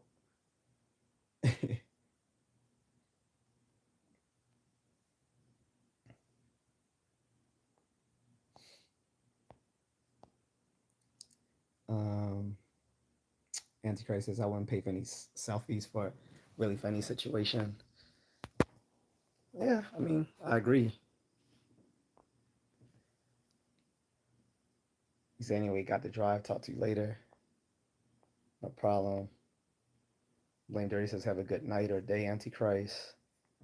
He really needs to change that name though. Football is amazing, says ceiling fan. Yeah, I got a ceiling fan. However, when my cousin-in-law stayed in this place in this room before, he broke the cord, so I can't adjust the setting on it to make it cooler in here. So I have at least I've opened the window because it's cooler outside it is in here, and allows me not to bake in here. Blame Dirty says elders get cold fast, no lie. I mean, yeah, she's like 85 and like she her health is bad anyway, so she's too she's too small. I keep telling her to eat more. Like I made pizza earlier and she just ate a small piece. I'm like, eat some more. I mean, as long as she's eating. He says there he says there window of ventilation. Hey, like I said, I got the windows. I have one of the windows open. I don't want both because it's too much traffic. It's, so it'll be loud. But I have one of the windows open and the ceiling fan, so it gives a little circulation.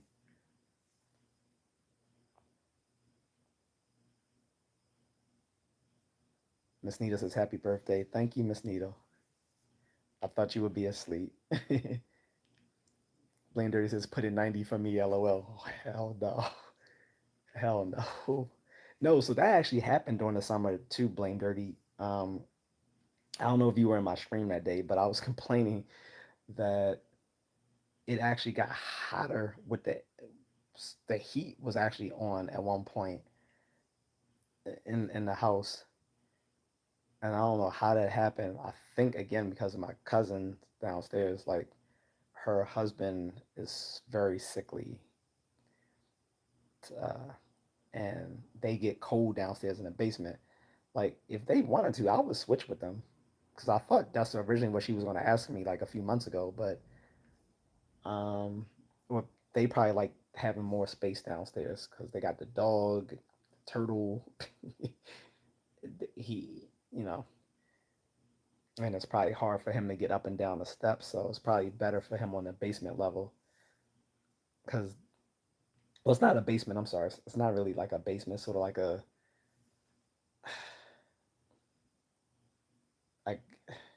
it's not the first floor. It's the ground level.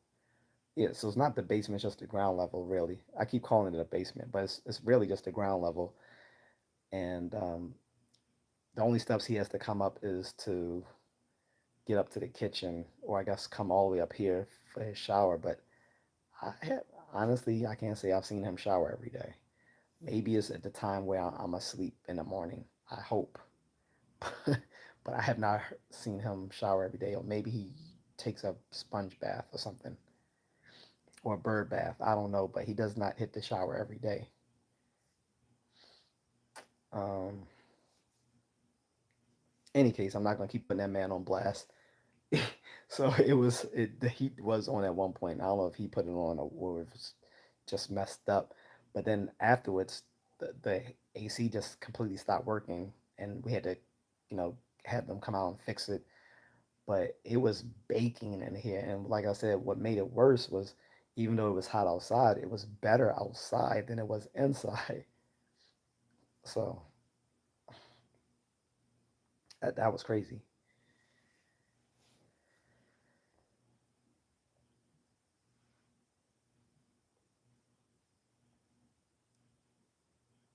Blame Dirty says I love the heat. I'm the opposite. I love the cold. I mean, I'm a fall baby. Today's my birthday, right? So at least for 5 more minutes. uh,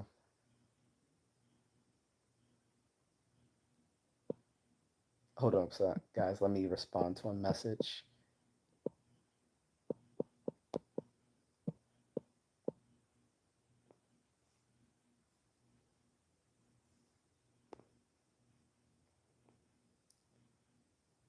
James Carlson says L cousin for that, bro. I mean, I'm look.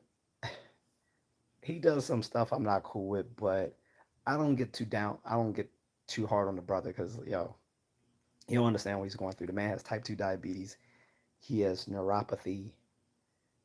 He needs surgery on both his eyes because he can't see because the diabetes gotten so bad it's affecting his eye. It's affected his vision. Like he's lost his job because of it, and he still is trying to get on disability. Like I've never tried to get on disability, but I know how hard it is because I know someone who worked for Social Security. They choose these people to their whole job is to prevent as many people from being able to claiming disability as possible. And the problem with that is most of these people really deserve it. Like I know there's a lot of folks, especially on the conservative side, who think a lot of these people applying for disability don't really deserve it. Mm-mm. These people are being told by their doctors to apply for it, right? I mean, people who have like multiple sclerosis, dementia, um, all, all like they're on what do you call those the machines the breathing machines, they're on stuff like that and are being denied. Like that is crazy. So he's still waiting for that to kick in. Luckily, when it does kick in, I think there are retroactive payments. I think, but um, it's a journey. Like because my grandmother, he always get mad because he'll like break something or whatever, and it's he's not doing it intentionally. He just can't see, and then they try to call him slow because he's not talkative. But let's be honest, a lot of guys don't. I mean, someone his age probably didn't grow up talking to women like that. Like he's probably a man's man who's usually around other men. So to be around only his wife and her grandmother and my mother, he probably wouldn't feel comfortable just shoot shooting the shooting the shit with them. To put it crudely, but if he did put the air on heat back in the summer, that is an L for him. That because that was crazy. It was hot. Like when I looked at the thermostat, it was like it was like 98 degrees in here, and it was only like 88 degrees outside. James Carson says never mess with another man's ceiling fan. Right. Never touch another man's rhubarb. You talking about Batman. Miss Nita says, "Are you okay? Your voice sounds hoarse." Oh, you just got on, so you don't know. So I'm gonna retell the story. She said, "You still dealing with allergies, or is it the low humidity?" No. So Miss Nito, I did a half marathon birthday run today. You can see it in my community tabs. I left it up, and Mrs. Contrarian told me to do it to challenge myself, but I told her I would be worried because it's very like hilly terrain around here, so it kind of tired me out a lot, and it was a little high. It was like 75 degrees out, and it was a little humid, and my running app stopped working properly around somewhere around the 18th, 19th, 17th kilometer. So I didn't know how far I was running, so I overran it by like 2 kilometers, and I was already starting to like cramp up back like around my 17th, 18th kilometer, but I pushed through it anyway. And I was in a lot of pain all earlier. Like I couldn't get up. Like I was stretched out on the floor for like a few hours, and I lost my voice because like I could barely like talk earlier because my grandmother was like, you know, she was trying to ask me did I get her phone calls or whatever. And I'm like, Grandma, I can't talk right now, and I'm hurting. She was like, okay. So it was bad. My voice still suffering. I think I'm probably partially dehydrated too. So I've been drinking a lot of water. I'm gonna just keep drinking throughout the night, and I'll just have to keep running to the bathroom if I have to. I know it's bad though because I don't have to use the bathroom yet, which means I'm probably pretty dehydrated.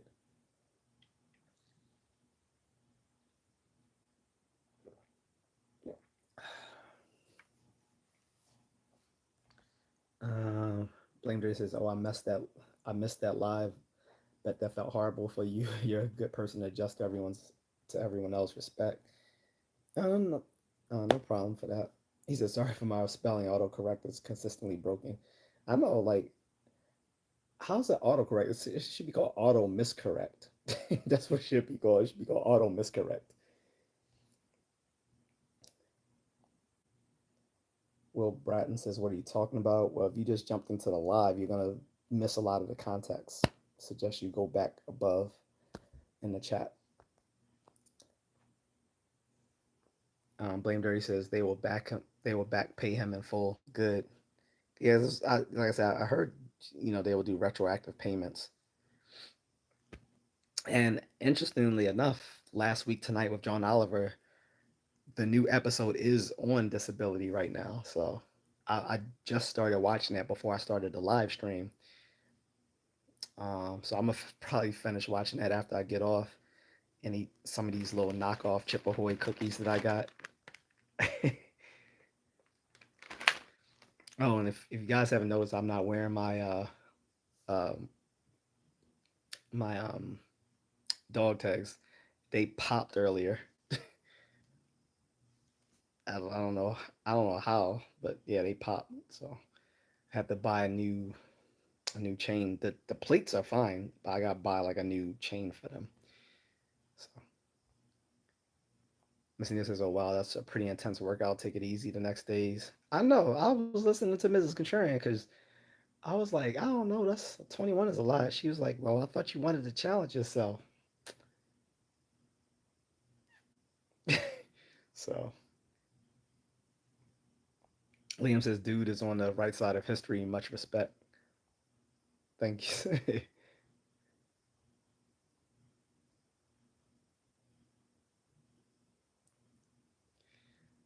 But yeah, guys. So that's the reason I have a hoarse voice is because I had a heat injury earlier when I ran, and I'm still cramping up.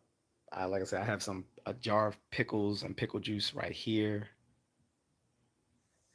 that I'm gonna keep bed at my bedside in case I cramp up at night because it's always at night that you get these bad cramps. Like it just probably I think because when you're under the covers and stuff, you start to heat up. And that might cause more cramping. But I hate waking up to a Charlie horse. Oh, that sucks. I've done it way too many times. Wake up to a Charlie horse, so not looking forward to that.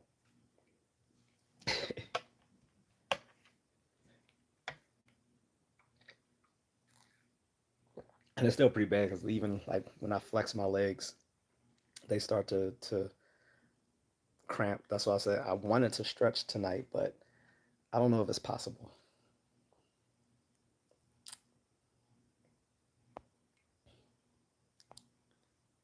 Miss Nita, is everything what you find? You tell me, let me know what happened. Off screen. With everything the last couple of days. So I know you've been going through your trials and tribulations too with health. Mine have been like self-inflicted. My health issues today have been self-inflicted. Um, Liam Jones says you should probably add some salt to the water. Well, that's why I got the pickle juice because that that brine is really good for that. And actually, I was eating a lot, so I was eating some potato chips, which and that's when I noticed I started to cramp again. I'm like, okay, shit, I need to actually drink some more water because I hadn't drank a lot of water since I came home because like again I was cramping, and then when I did drink fluids, I drank a bunch of Gatorade. Like I killed the great. I had like big, the two big Gatorades and a small one, and I had a little bit of pickle juice from a earlier jar before I had this one. So I definitely had added some some electrolytes to what I was drinking, and I had a banana. No diddy. So I've make to be sure I've definitely had some electrolytes today, but I'm not sure if I've had enough fluid replacement.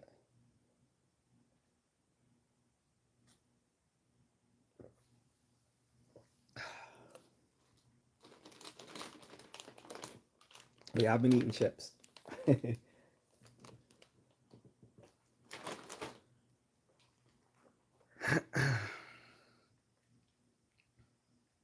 Like if it's still bad, then I'll just go to ER tomorrow or something and have them prescribe me something.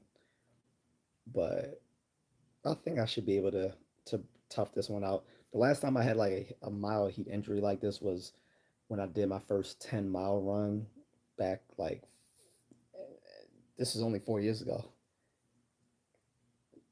So I did my 16.1 kilometers or 10 miles, and I in my di- bad judgment decided to do it in 90-degree weather.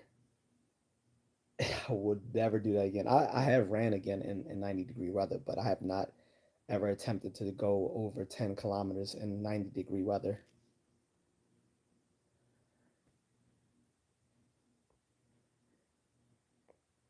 Blaine Tracy says pickle juice is amazing. Yep, it works wonders. My mother also swears by mustard, but I do not want to eat mustard. That unless it's on a burger or a hot dog, I do not want like just straight mustard.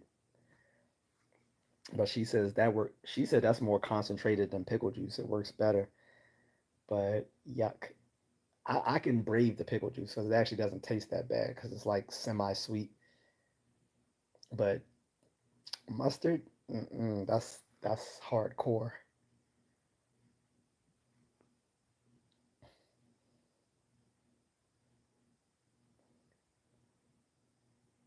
Um, Liam Jones says you're looking good, looking good, guy. You have had a good you've had a stream for 2 hours, but if you don't feel well, sure, get checked out. Yeah, like I said, if tomorrow, I mean, there's gonna be muscle soreness anyway because it was a half marathon and I haven't been able to stretch because of the cramping. But if the cramping is still there, then I'll go to ER because they'll probably be able to prescribe me some sort of like um, electrolyte fluid that'll probably balance it out. Lyman says, "What's the topic?" Well, the topic was it was my birthday up until about 6 minutes ago. No, 9 minutes ago. It was my birthday, and they just gave Batman a star on the Hollywood Boardwalk of Fame on my birthday. So that's that's it. If you see the topic, you'll see like Batman holding a birthday cake. By the way, I didn't get a birthday cake today. I had, I guess I had a birthday pizza. So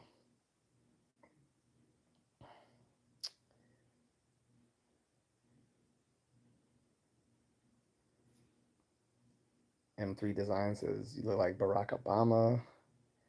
I don't think so, but if you say so, I don't think I look remotely like him. Lyman says happy birthday. Appreciate it, brother. Thank you. Blamer says you have a local military surplus store you can get your chain from. No, there used to be one long time ago in the 90s called Sunny Surplus. Um, and then up the street, there used to be a reserve unit. I actually did a few of my RST drills there once.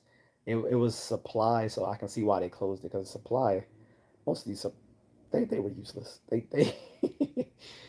back, I remember when I think when Obama was in office, he closed up a lot of those unnecessary uh,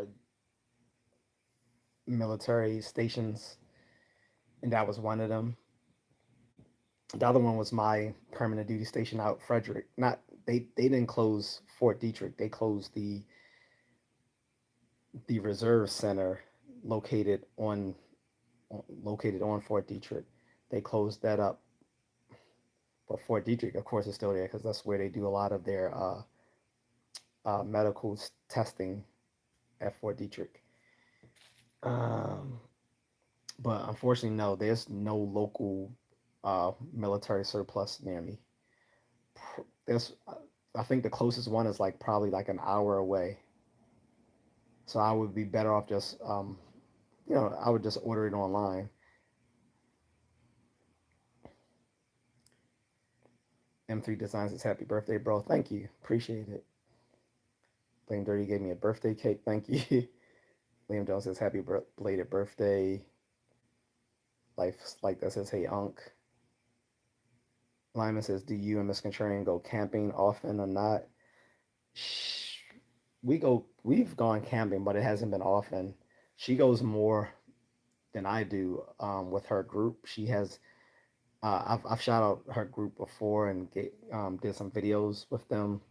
That her at group is Akyat Too Long Adventure Team.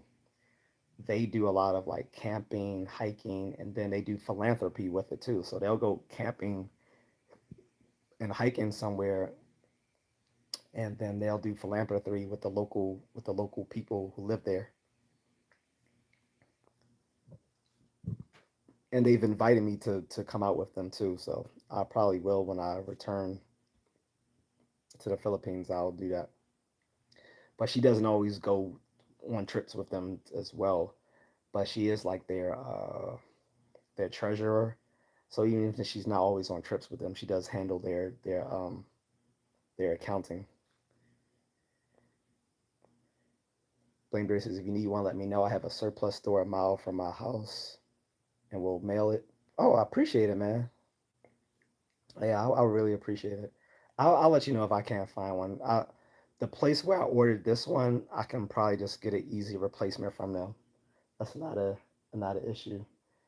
And if I knew how to solder, I could probably do that as well. But yeah, that's not worth it. Just like I think that the chain is like what, $1 or something, $2.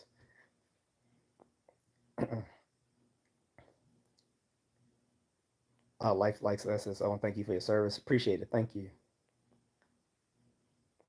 Lyman says, I was wondering because I saw a video of her stuff in her bag. Yeah, so I did a and I'm probably gonna do a future stream on this too. Hopefully Miss Nito can help me out on that one. I did a video on my bug out bag because I said, one day I'm gonna show my bug out bag contents, and I was just like, all right, I'm gonna do it. And then she gave me this idea to do it as a live stream. So I actually did my bug out bag as a live stream. And she was like, well, I want to sell my backpack too. So I was like, all right, yeah, cool, let's do it. So she did. So for her first, no, I think her second appearance on my channel, she showed her backpack, her camping backpack, and it's very similar to the stuff I have in my bug out bag. Except my stuff is a little bit more tactical.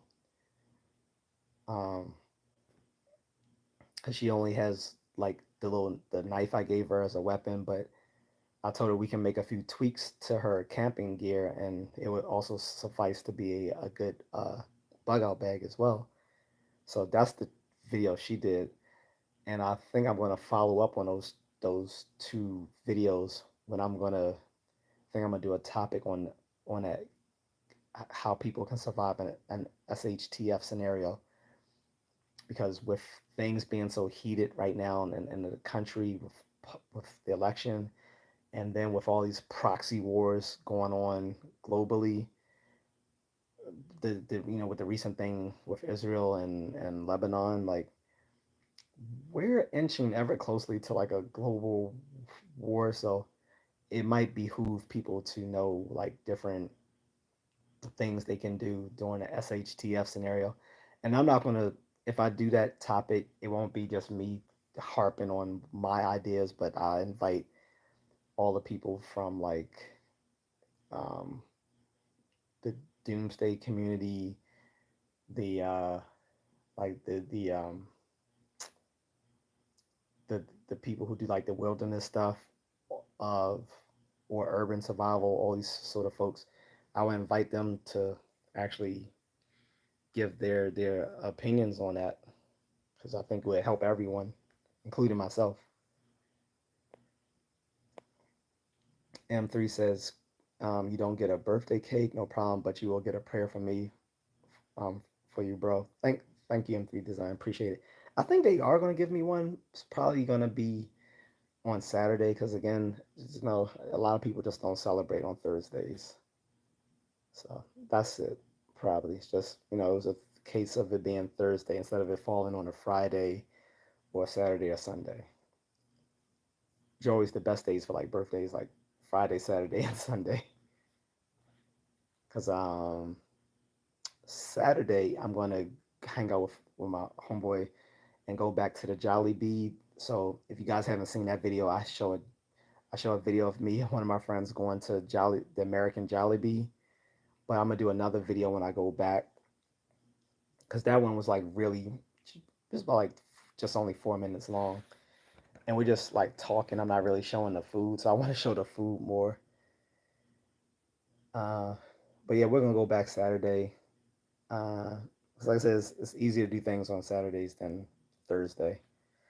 And not only that, so there's a bunch of Jollibees across the country now, across the U.S. But this one in particular not here, but near me in Wheaton, Maryland, they were actually judged to be the best fried chicken in the country by USA Today. I was surprised. I was like, this is a good place, but I didn't think it was all that. Like, and my mother was like cynical. She was like, she was like, when I came to the Philippines to meet you guys, and y'all took me to Jollibee. She's like, I don't remember it being that good. And I was telling mom, I was like, well, it's not that many here, so the way here is more of a big thing because it's very few of them. I was like, sort of just like how McDonald's is bigger overseas than it is here in America. Same thing with Jollibee's. Jollibee is bigger here than it is in the Philippines. So, so I plan on going back and hopefully I'll make a video and show some more of my food than I did last time. I got so hungry I started eating my food I forgot to show it.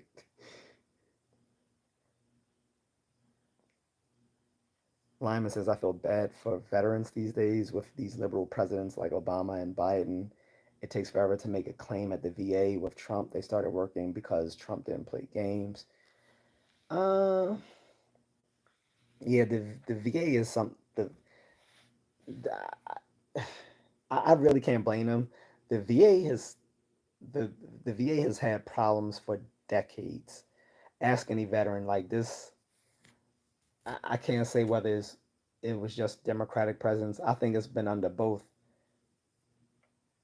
The VA has been just problematic when it came to like dealing with veterans and their medical needs. Like they've been problematic for a long time, so I can't really just blame it on Obama and Biden.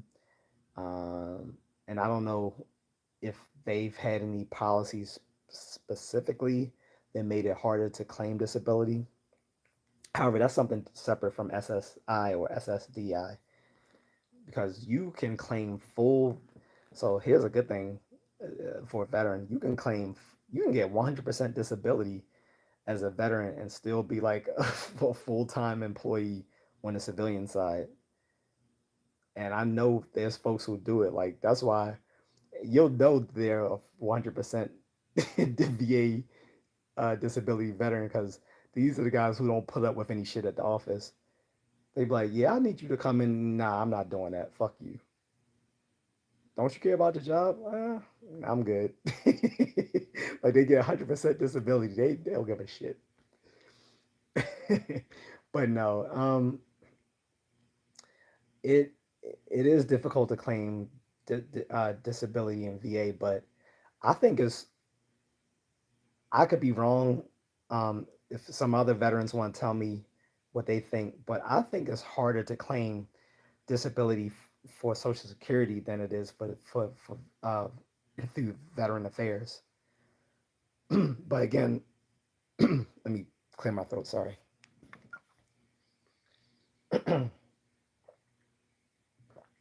But again, someone can correct me if I'm wrong, but I'm pretty sure trying to get disability through SSI or SSDI is harder than getting it for a veteran. Because with a veteran, you're probably going to at least get 10, 20% off the rip.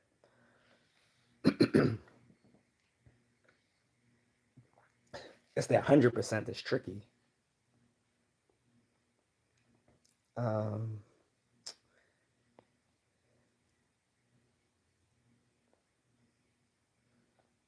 Free boat says, I'm like the goblin. I'm here to like. You've been liked by the like goblin.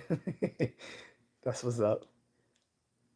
Eric S says, are you feeling down and out? Are you feeling unwanted? Do you feel that your parents abandon you? This sounds like a commercial. So do you feel that nobody likes you at work? Call 1-800 We love you. That sounds like one of those low late night commercials. Or one no, not late night commercials. Nowadays they're like the commercials that come on during the middle of the day for like people they think should be working. remember remember the worst commercial that used to come on during the middle of the day? And the only reason my friends and I saw it is because we were in college at the time. But it was this black guy. It was this black guy who would come on in the commercials like 12, 2 p.m. He's like, you sitting down. He said, you sitting there on the couch, you're not doing anything with your life. Why don't you give up? He said, why don't you give us a call? He said, you got nothing else better to do. Get up and make a call. He was so aggressive. Like I remember there was so many like even before like the age of naming, um, that was a constant like source of ridicule was that guy's commercials. I wonder if he's caught in a lot of flack for those aggressive ass commercials telling people to get off the couch and give them a call because you're not doing anything with your life anyway. That was hilarious.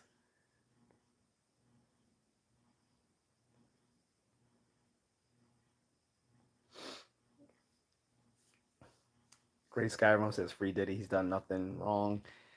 Everyone has baby oil, bro. Come on, stop the cap. No one has 1,000 bottles of baby oil in their house. That is that is diabolical. You must be he every inch of his house. People must be slipping and sliding. It ain't that much. It ain't that much as there's not that many asses to grease up to have 1,000 bottles of baby oil in the house. That's just diabolical. Not to mention all the secret cameras and dildos. Nah, there's no defending that. And I don't even, and honestly, I don't even care about the freak offs if it were consensual. That's not my issue. My issue is that there's been brothers who want there's been like black men on you in these YouTube spaces and like the black manosphere, red pill spaces saying that we should defend this man out of bro code. And I'm like, no. Why would I defend this man on bro code when he spent his entire career destroying other men's lives? So I'm like, nah. Blame Dirty says facts. VA is easier. Yeah, that's what I figured. Like, I'm pretty like the VA. Don't get me wrong, the VA is with his bullshit too, but it is not as hard as SSI and SSDI. Like I said, there are folks coming there with like severe health issues. They're on a I can't remember what you call that little breathing machine. Like they're on the respirator. Like you got someone walking in there carrying a like dragging a respirator behind them. People who have like multiple sclerosis, people who are suffering full on dementia, um, stuff like they've been like diagnosed by neurologists, cardiologists, all like top medical specialists, and being told that they don't qualify. And the reason being, again, is the people who have to make these determinations themselves aren't medical experts. They're not, and even when they are, they will pay these doctors to run through as many disability claims as possible. So if the average amount of time that someone is spending looking at your case is like 10 minutes, how, how rational of a, of a diagnosis are they going to give you? And they have a criterion of from which to pick to say someone qualifies or not. So the whole system is set up for them to disqualify as many people as possible, which is just messed up.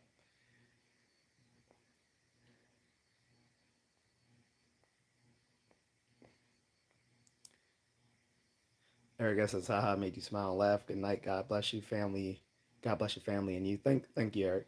I mean, I'm usually someone who smiles anyway, naturally. Like if you watch any of my like streams in the future, Eric, or my ones in the past, you've rarely ever seen me come onto a stream looking pissed.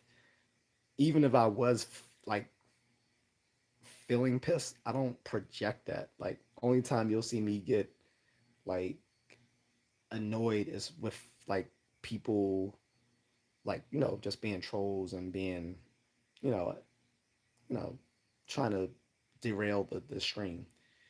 But you'll never see me just up here like angry. Like I know there are some streamers apparently like that, and I was like, what's the point? Like, why would you come with a stream just like angry at the world? Like, how is that supposed to get you the attention that you need? I don't know.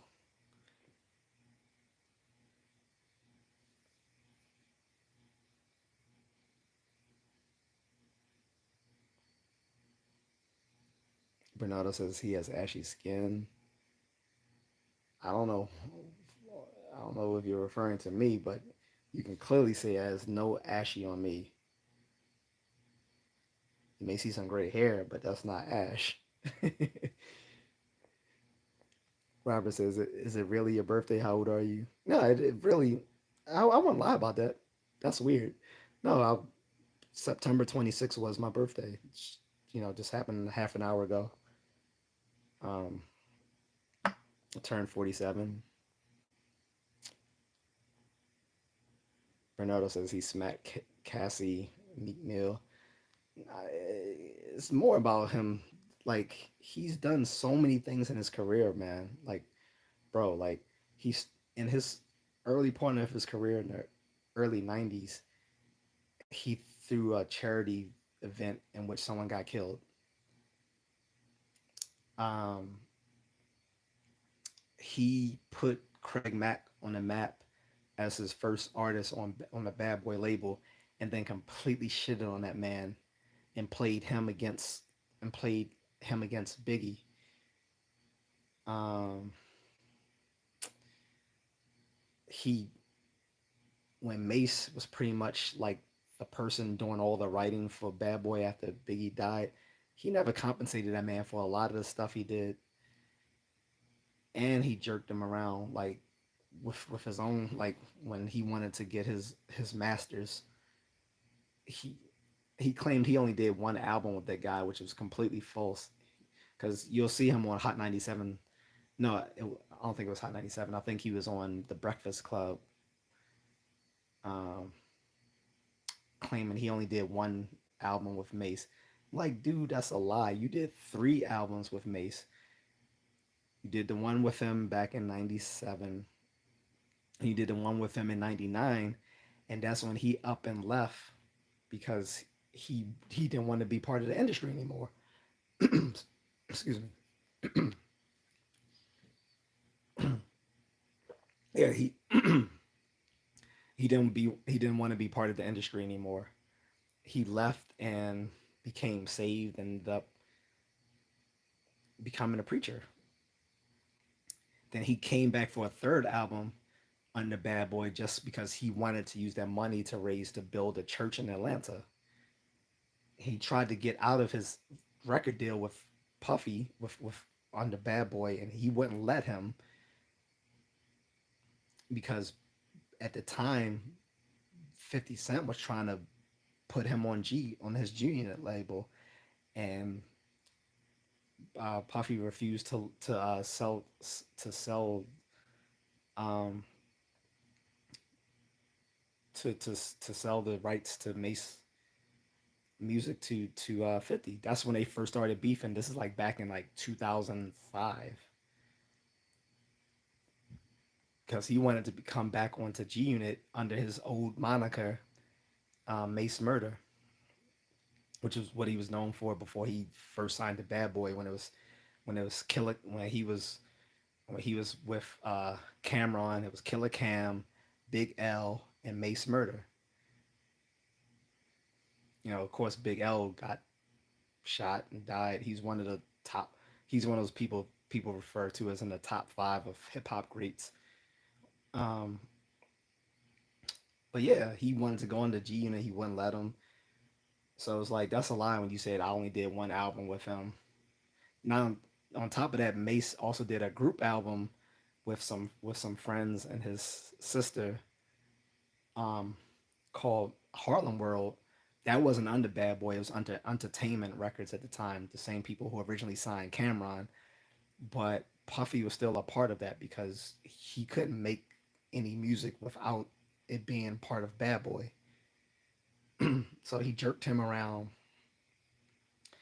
Of course, there's some questions about whether he was complicit in Tupac's murder because the guy who got locked up for it last year has claimed that Puffy paid him $1 million for a contract on Tupac's head.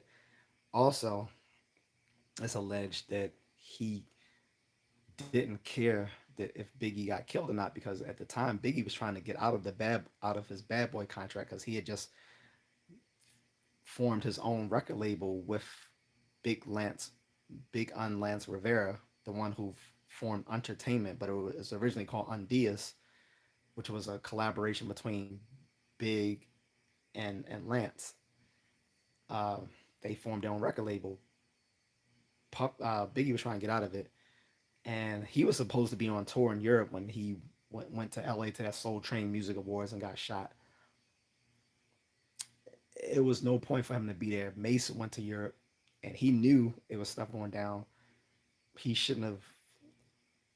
Like it was completely irresponsible for Puffy to have that man out there in LA when things were so hot at the time between Bad Boy and Death Row. Now on top of that, the whole thing with two coasts hating each other, like the West Coast hating the East Coast, that shit was so manufactured because it was really just two producers who didn't like each other, which was Suge Knight and Puffy. But I don't want to go into that because we can spend the whole stream talking about that. But he has a lifetime of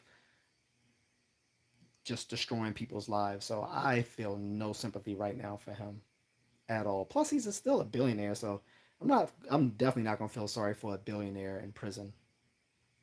So CJ says hi. What's up, CJ? Miss Nita says Contrarian. End the stream when your voice is getting worse. You gotta get rest. Take care. I will pretty soon. I'm not gonna stay on that long.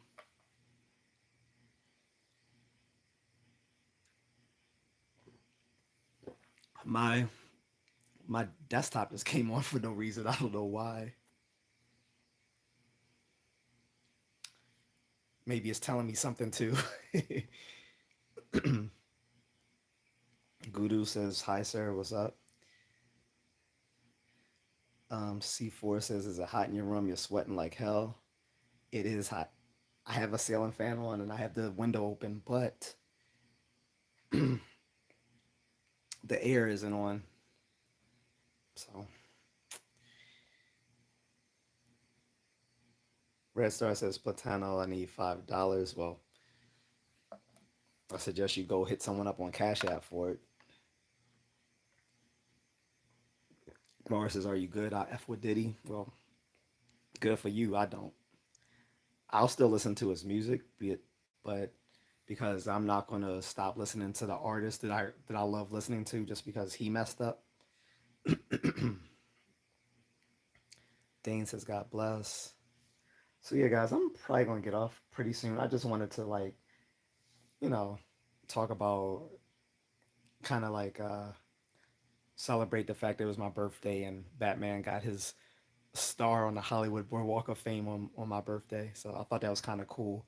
Plus, like I said, on the 25th is Mark Hamill's birthday, so I share it's not the same day, but share a similar time for birthdays with Luke Skywalker on the 25th, and recognition of Batman on my birthday. And Batman Day does always happen in September or usually early October, so it's usually around my birthday anyway. But I'm gonna listen to Miss Neil's advice and I'm gonna get off pretty soon. Thank you, Dane. Appreciate it. Dane says happy birthday. But I am gonna get off and take care of my voice. Um, but I'll take like a few last comments before you do. I mean before I do.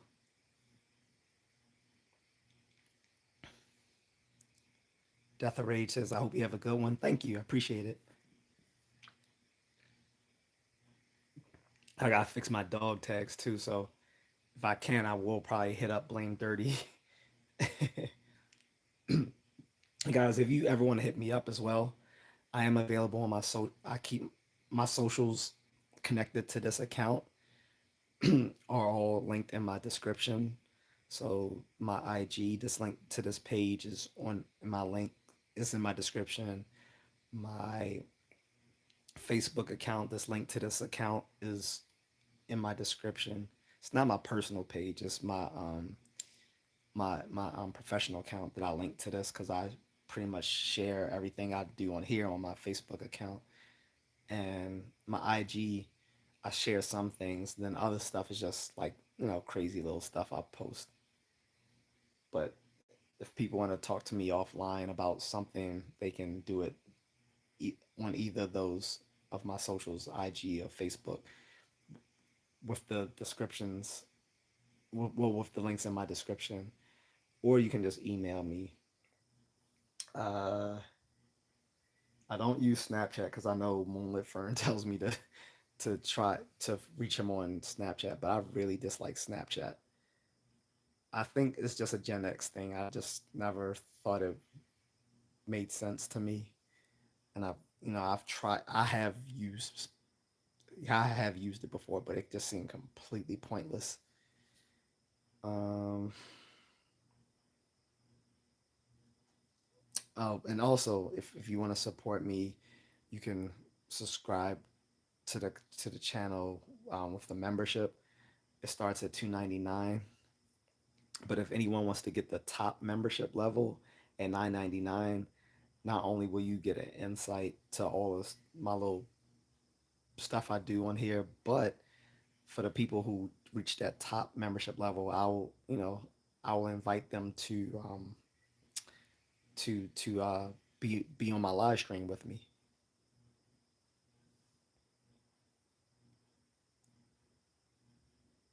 Miss Dog says hello. What's up, Miss Dog? He said, "What you doing?"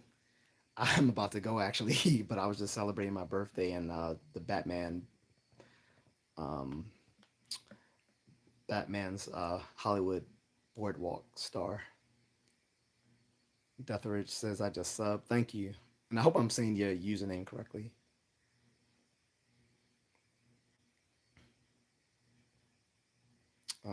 I don't know why this guy keeps coming in here using Cyrillic alphabet. You're gonna have to you're gonna have to use Google Translate to translate that to English because none of us here speak any Slavic languages, as far as I know. Um, Deathridge says Triple X is on some Diddy stuff. I know, right? I think he's saying, if I was to guess, I'm thinking a guy writing in Cyrillic is saying happy birthday, but I'm not even sure. Uh, MS Dog says happy birthday. Thank you. Deathridge says, yeah, you are. It's my last night. Last name, sorry. Okay, thank you. So yeah, he is saying happy birthday. Appreciate it. I wish I could call out your name, but I like I said, I can't. I don't know how to speak Slavic languages, and I don't know the Cyrillic alphabet. So, but I appreciate it. Like I said, if I don't mind, I have no problem with people speaking other languages because I half of the people in the audience sometimes are from overseas. But if you're not a native, I mean, if you're not a English speaker, you uh, try to Google Translate app. Bing has one as well, but I don't think too many people use Bing. But Bing has a translation app. Google has a translation app, and then there's ones, and then there's some that you can download that's supposed to be. I think ChatGPT is supposed to be better than Google Translate. I'm not sure. Definitely says, I hope you had a great day and birthday. I wish I could say I did, but I've been suffering from a heat injury I had from running a half marathon earlier today, so I didn't really get to go out.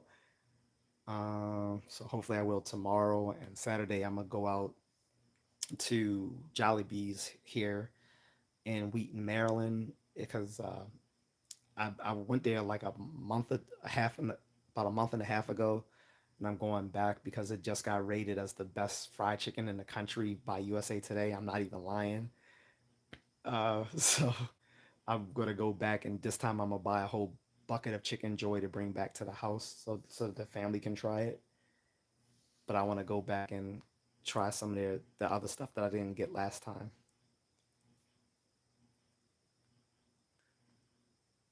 Vague courses do don't give into internet crap. Oh, I won't. I don't know what you mean, but yeah, I'm not. Definitely says, I'm sorry to hear. Hopefully, you could go out and celebrate when you recover. Oh yeah, yeah. I mean, it was Thursday, so it wasn't. I wasn't planning anything big today anyway. Like literally, I was just gonna go out to eat with the family.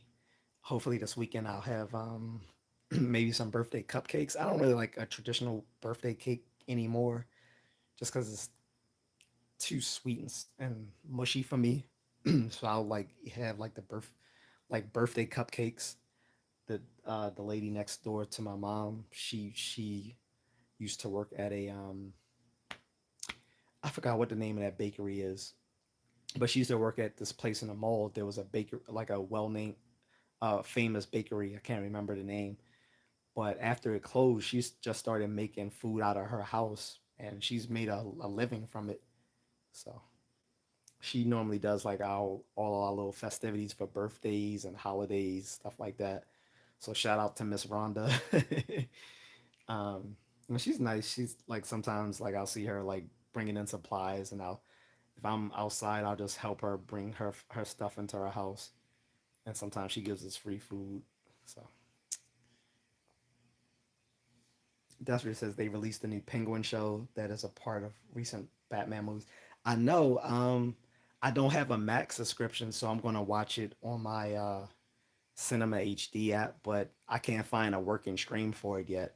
I've heard the pilot episode is actually really good. Like I was surprised that it got a good recommendation. People have been comparing the pilot episode of The Penguin to The Sopranos. Like that's they were saying it was that kind of level of like mafia intrigue sort of thing going on. Like so that actually ties into this comic book I was telling people about, The Long Halloween. Pick that back up. In The Long Halloween, which they used a little bit in both The Dark Knight and a little bit in the Batman. This is Batman's second year as a crime fighter, and he forms an alliance with with James Gordon and with Harvey Dent to bring down the mob. At the time, the most powerful mob family in Gotham is the Falcone family, run by Carmine Falcone. And again, we've seen them both in like Batman Begins and Dark Knight, and the new one by Matt Reeves, where in in Batman Begins is Carmine Falcone, but in Dark Knight is Salvatore Maroni. So in the book, and you can get this for free. Salvatore Maroni is actually Carmine Falcone's biggest rival, but like the Falcone family is so big that like he has not just Gotham, but his family is also like big in Chicago, which is where Jim Gordon originally came from to Gotham to be the captain. So and eventually he becomes commissioner. But it's really good and it shows. So the the first, I don't want to say too much, but the I know the pilot episode picks off from where the Long Halloween kind of leaves off with the son Alberto Falcone, the son of Carmine Falcone. I don't want to get into too much because I don't want to spoil it for people who plan on watching the show. But um, if people want to know more about what's going on in the Penguin, they might want to read the Long Halloween. This is part 1 of it. And again, this isn't new. This came out in 1997, so they released a special edition just for Batman Day. Yes, back last Saturday. But you can buy the entire graphic novel, at the comic book store or Barnes and Noble or Amazon, and that's going to kind of give you more of an insight of what's going on in the Penguin show.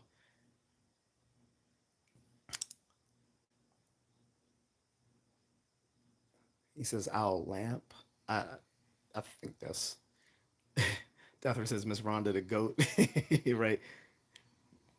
So they need to do a Robin movie. Right. We've been saying it for long. The closest we got to a Robin was that god awful DC Titans TV show. And I'm sorry, that show was horrible. That show wasn't good. It got better when it so after they took it off the DC Universe streaming, because remember DC tried to do their own streaming platform called DC Universe, and they were like that was like the biggest show on that platform was Titans, and it looked so low budget. When it went over to Max, it got a better budget, and it started to look better, look more like the actual Teen Titans. But it's like they were trying too hard to just make it dark and edgy, so it never really, I never really liked it. But I think everyone wants a good Nightwing movie, not necessarily Robin, since we want Dick Grayson's portrayal of Robin. I think we should get a good Nightwing movie. We are going to get a live action Robin though, according to James Gunn. But this Robin is going to be Bruce Wayne's actual son, Damian Wayne, the child he had with Talia al Ghul, and it's going to be based on the Batman and Son run from like it was that like 12 years ago when they did the Batman and Son run. So that it can be good. I don't know. I'm kind of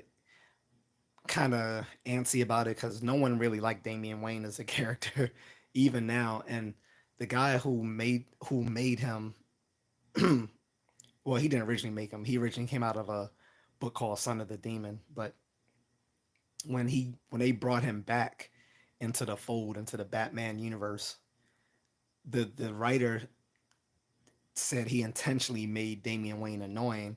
The problem with that is now that he's a mainstay character, people still don't like him because the writer originally made him to be annoying just to be like a foil to what uh to be a foil to like Bruce Wayne and to Dick Grayson.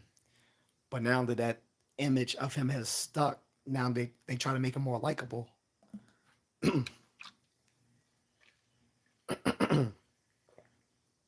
So they try to make Damian Wayne more likable, and it just doesn't work because we've all had that image of him as basically the scrappy do of the Batman family.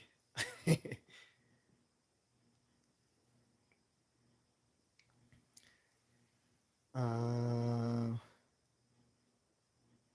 Wait, you said aren't they the Court of Owls as well? No, no, no, no. Are you asking what are you asking the Court of Owls like? Court of Owls didn't come about to like. the uh, the DC reboot back in 2011. The Long Halloween is back in 1997. So this was the old this was the old pre-crisis universe. I mean, no, I'm sorry. This was like the post-crisis universe of Batman, but it was before the Flashpoint Paradox reboot back in 2011 that a lot of people didn't like, except for the Batman run by Scott Snyder. Everyone pretty much loved what Scott Snyder did with the show with the character, but they hated the rest of the reboot of the DC multiverse. That's when they hit the Court of Owls. They, I'm not sure if they did Court of Owls and Teen Titans, but they did a Court of Owls in that the show about Gordon back, if you remember that. It was supposed to be loosely based on the GCPD comic book series, but it was really bad, and they made like in the first season they made Jada Pinkett like the main supervillain, which just sucked. that that was like the first time I saw like a live action Court of Owls was that show. They used to come on Fox.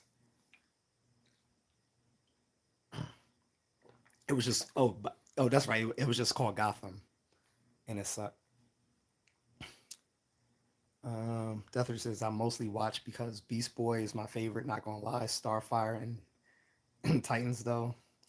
Yeah, this like I didn't like how they like it wasn't people people thought it was just about her being black and it wasn't. It was how they made her look. Like she looked like a she looked like a prostitute. She had on like a cheap fur coat. It and the wig, it just looked horrible.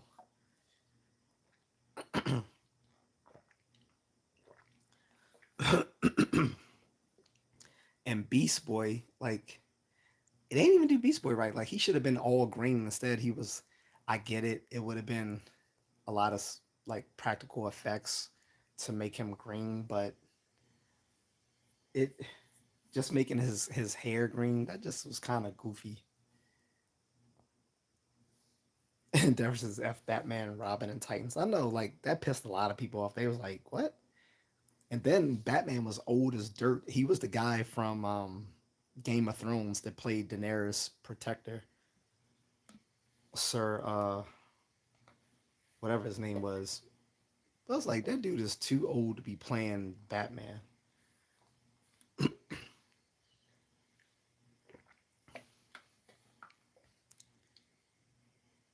Tago says, yo, what's up? Defer says, I don't know how to feel about that. I always like Nightwing because the back and forth between Nightwing and Batman about Jason becoming the new Robin was cool. Yeah.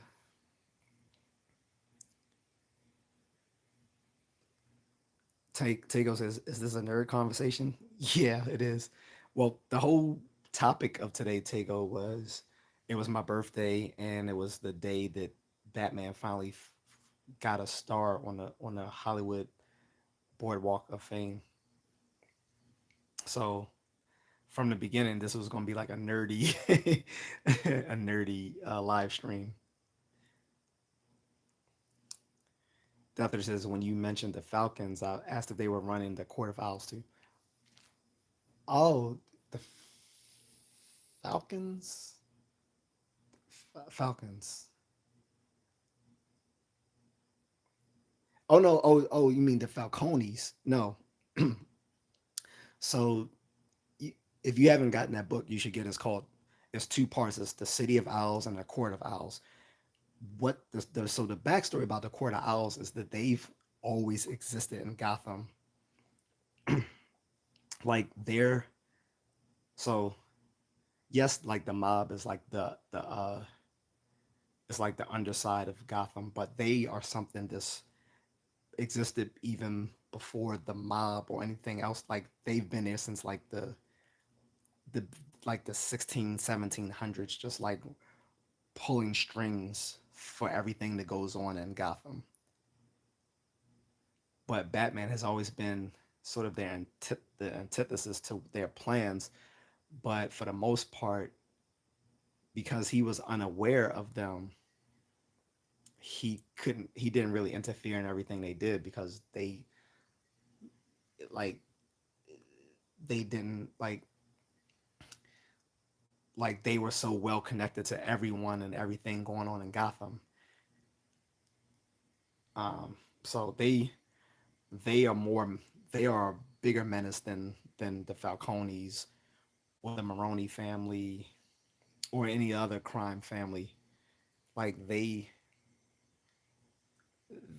they control everything. Like like how we have certain conspiracy theories about certain groups here in America, like the Builder, like the what's they called? What is people call like the Bilderberg family, whatever, or the Rockefellers, or some of these other groups that people think are like running things behind the scenes and not the actual politicians.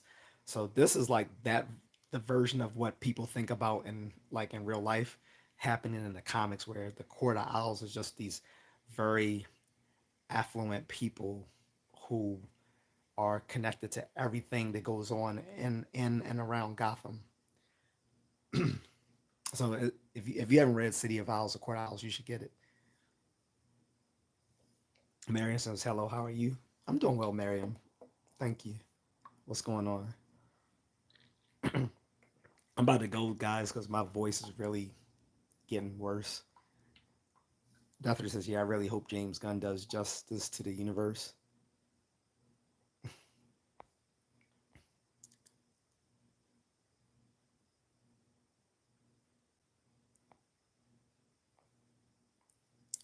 That's I think that was a pun intended too, right? You said, "I hope uh, James Gunn does justice to the universe." Hopefully so. I was kind of cynical though because he said that in a now deleted Facebook post, he thought that the Tim Burton 1989 Batman and the Dark Knight trilogy were the worst Batman stories, like the worst Batman movies ever. And I'm like, those are the two most beloved Batman franchises in the in the DC films, and you're shitting on it. I'm like, so what are you going to do that's going to be so much better? I don't see it.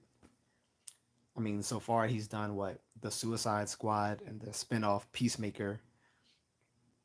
And then he did, the back over at Marvel, he did the Guardians of the Galaxy 1 through 3, and the Hollywood special. I mean the Christmas special on Disney Plus. But he's never played with like a main character yet, so he's not vetted yet to say that to talk trash about the old Batman movies, which were the ones that people liked the most, which was the Michael Keaton Batman and the Christian Bale Batman. But Justin says Falcone's my fault. Yeah, no problem. I knew what you meant. He said I'm gonna have to pick those up and give them a read because I haven't got them into them yet. Sounds great though. Who's your favorite Batman? So yeah, someone was asking me this before, so it's a little bit of a nuance. So if I'm gonna so favorite Batman in uniform, I'm gonna say Ben Affleck. No. I'm sorry. Let me take that back. Favorite Batman in uniform is Michael Keaton for me. Favorite Bruce Wayne is Christian Bale. And as far as the one who I think is the most comic book accurate when while he's in uniform is Ben Affleck. And the worst one of them is like Robert Pattinson. So, well, he's not the worst, but he's second to the worst. Doctor says, "All right, man. I hope you have a good one. Thank you." Tyler Smith says, "Hi, just scrolling through YouTube and saw your channel. Happy birthday. Thank you." He said, "Batman is awesome. Hope you had a great day and a great Batman day recently." I did. Check out my live stream too if you get a chance. And I talk about uh, Batman Day when I went to Third Eye Comics, got these like great free comics and bought the first appearance of Batman in a new in a as a facsimile reprint. Desert says, not gonna lie, you could pull off War Machine. I know people say I look like Don Cheadle. I really don't see it though. I think I look better than Don Cheadle to be, not to be like that guy, but I think I look a little bit better than Don Cheadle. But if I wouldn't turn down the role if I was given it. Isaac, I'm not gonna read that.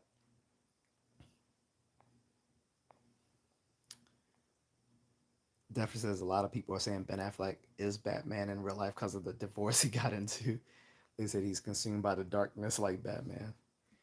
No, well, Batman's promise has never been a woman.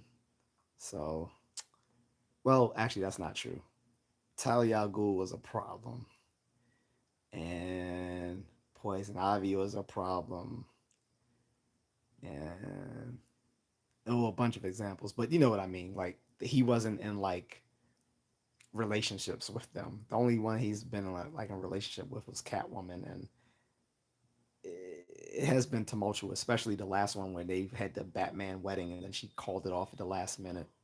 I thought that was like some cheap shit right there because basically the writers decided to not let him get married because they said that this is unofficial rule in comic books that superheroes the male superheroes no and the female superheroes, I'm sorry, both the male and female superheroes shouldn't be in like loving long-term relationships because it it messes up their ethos. So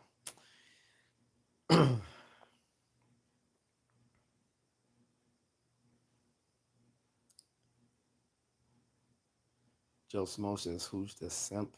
You obviously don't know what simp means. That's not what that is. I suggest you go to um, the YouTuber, and he's on Facebook as well. Anti simp. He will elucidate you to what simping is, because I can assure you, I'm not one. Deathry says, "Yeah, LOL." So Joe Schmo earned him a timeout.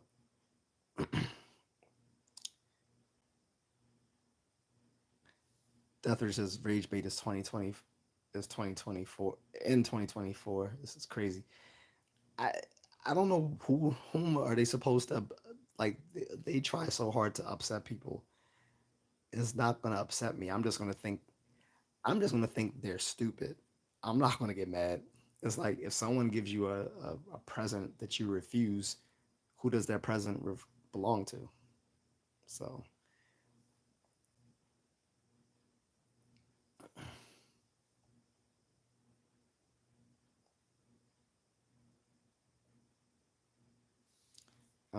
but yeah, the only thing that annoys me is like if someone is like insulting other people in the chat room who can't defend themselves or just don't want to stick around because they don't feel like the abuse or like they're trying to like change the conversation from something just to be just to be dicks. That's the only thing that annoys me. But other than them, the insults don't really work on me. Like I'm Gen X, so insults you gotta do a little bit better. Lost Soul 90 says sub fan roll up. Todd Smith says, yeah, the Tom King was good overall. I wish he could have been able to do the wedding. That would have been nice and something different, at least for a while. So he did the Batman wedding. That's why a lot of people hate him because of that. Like, I didn't know that he's so disliked within the comic book community, not by other artists and writers, but by the fans. A lot of the Batman fans dislike Tom King. And it's funny, like he's local here in Maryland, so he often comes to Third Eye Comics whenever he has like new stuff that he's working on. He's always at Third Eye Comics in Annapolis, Maryland, to do book signings and stuff like that. He's I've met him. He's a nice guy. Like I don't see all the all the the rage against him. Like I get it, like the Batman wedding was sort of whack, but I understand what it meant in the longer term. Like so, it was basically like Bane trying to mess with Batman's mind to get him out of his game. Because the whole thing was like a whole thing that whole series was part of a larger plot by Bane to destroy Batman, and part of that was like breaking have Catwoman break his heart and all this sort of stuff, and it was weird. So then he decided to do a spin-off from that, which wasn't canon, which was he and Catwoman together. I don't know if too many people read that. I didn't either, but some people may have liked it. Some people may have just wrote it off because they were mad at Tom King for how he handled the situation. But he wasn't the only one because at the same time the DC had the Batman wedding, there was also supposed to be the wedding of Colossus and Kitty Pryde from X-Men and Marvel, and they did the same thing. That at the very end they called off the wedding. So I'm like, why are they both doing this? This is cool. And no, this is what pissed people off even more than the wedding being called off in both comic books was the fact that they were leaked in the newspaper and magazines before those issues had came out. So people already knew. This is what pissed so many people off about it. People knew before the issues came out for the Batman wedding and for the Kitty Pryde and Colossus wedding that they were gonna break up before. Like, why would you let that be leaked to the to print media before people even had a chance to buy those books? That's what pissed people so much about that.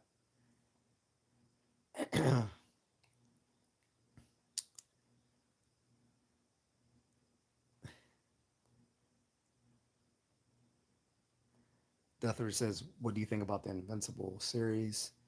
I admired the nudges at comic references. So I haven't read the comics, although I've kept up with I've kept up with the differences between the comic and the show. But I will say I do like the show. Other than I feel like it's a the only thing I get tired of is all these little evil Superman type comics like Omni Man and Invincible and um, Homelander and The Boys. And then I don't know if you guys remember that other movie, what was called uh, Bright something, where the kid was like an evil Superboy. But in any case, I do like Invincible, but I didn't like his girlfriend he's with. Like she was just like a fourth wave feminist black chick who was just her whole thing was just being annoying. Or I'm hoping they don't use the situation that happens to him in the comics and put it on in the cartoon because that's really messed up. That's all I'll say. I don't want that to go into the cartoon from the comic books because we can do without that scenario. I'll just leave it at that. James O'Connor says, "Where are your eyebrows?" Well, your mother's pussy singed them off. Anyway, Tyler says, "Yeah, he is a nice guy." The Bat Cat series, yeah, it wasn't bad, fun run. He said, "We don't talk about Peter and Kitty, lol. That one hurt." Yeah, I think people forgot about it. Like everyone still remembers the Batman wedding letdown, but they forgot the same letdown with Kitty Pryde and Colossus. I'm like, yo, why did they do that? Like, and basically the edict coming down from the editors is that the superheroes can't be in loving relationships because it would mess up the whole thing of what they do. And I'm like, that's not true because in the Superman comic books for a long time, Superman and Lois were married for like at least 10 years. Like they were married in the comic books. And it worked out just fine. Like if the number one superhero Superman can be married, why couldn't Batman? Why couldn't Colossus? Why couldn't even Batwoman? That was another thing. She was in a long term lesbian relationship with uh, um, uh, what's her name? Morena's, whatever. She was one of the detectives on GCPD that became the I forgot what you call it, the thing when they put on the mask and there's no face. Um, but she became the new version of him, the Inquisitor or whatever his name is, and the publishers stopped the comic book writers from letting them get married. I'm like, I'm not even into all of the LGBT stuff, but why? Like, if they if their fan base liked it, why would you stop it? But there's some edict coming from on top from all the publishers at Marvel and DC that the big name superheroes shouldn't be married, even though, like I said, they allowed Superman to be married for 10 years in the comics. So Renee Montoya, that's right. Thank you, Tyler. And yeah, she became the Question because I think the original Question died, and then she took over the role for him. Tyler says, and then they married Rogue and Gambit. And fans of those characters were like, "Wait, what? Wait, Rogue and Gambit actually got married? I didn't know that." See, I gotta read up on that. Definitely says my friend pointed out, Immortal was basically Wolverine in a way. Yeah, pretty much. Yeah, he is. Well, he's sort of like Wolverine, or but I would say he's more like this other. He's actually more like the supervillain in DC called damn, what is his name? The something I forgot, but he's been around as a since caveman times, and he was like one of the first metahumans on Earth, and he doesn't age. He has like super strength and all that sort of stuff. He's more like him than I would say Wolverine, but I get the reference.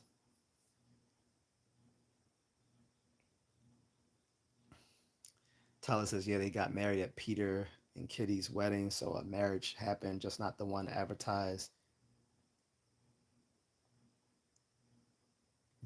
Tyler says, oh yeah, Vandal Savage. Yeah, that's what I'm saying. Yeah. Immortal is more like a good version of Vandal Savage.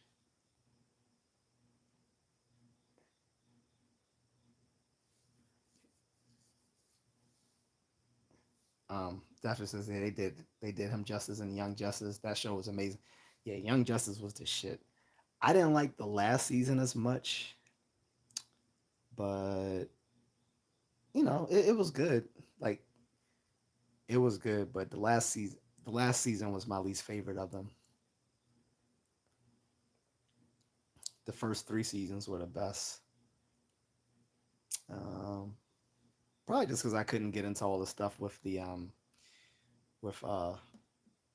Martian stuff.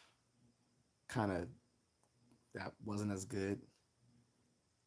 But anyway, guys, I'm about to go. It's been 3 hours in. It's almost one p.m. No, it's beyond 1 p.m. I'm sorry. So I'm gonna go. Um, Need to try to salvage my voice. um, but I appreciate the chat again. Thank you to everyone who gave me a happy birthday. I appreciate it.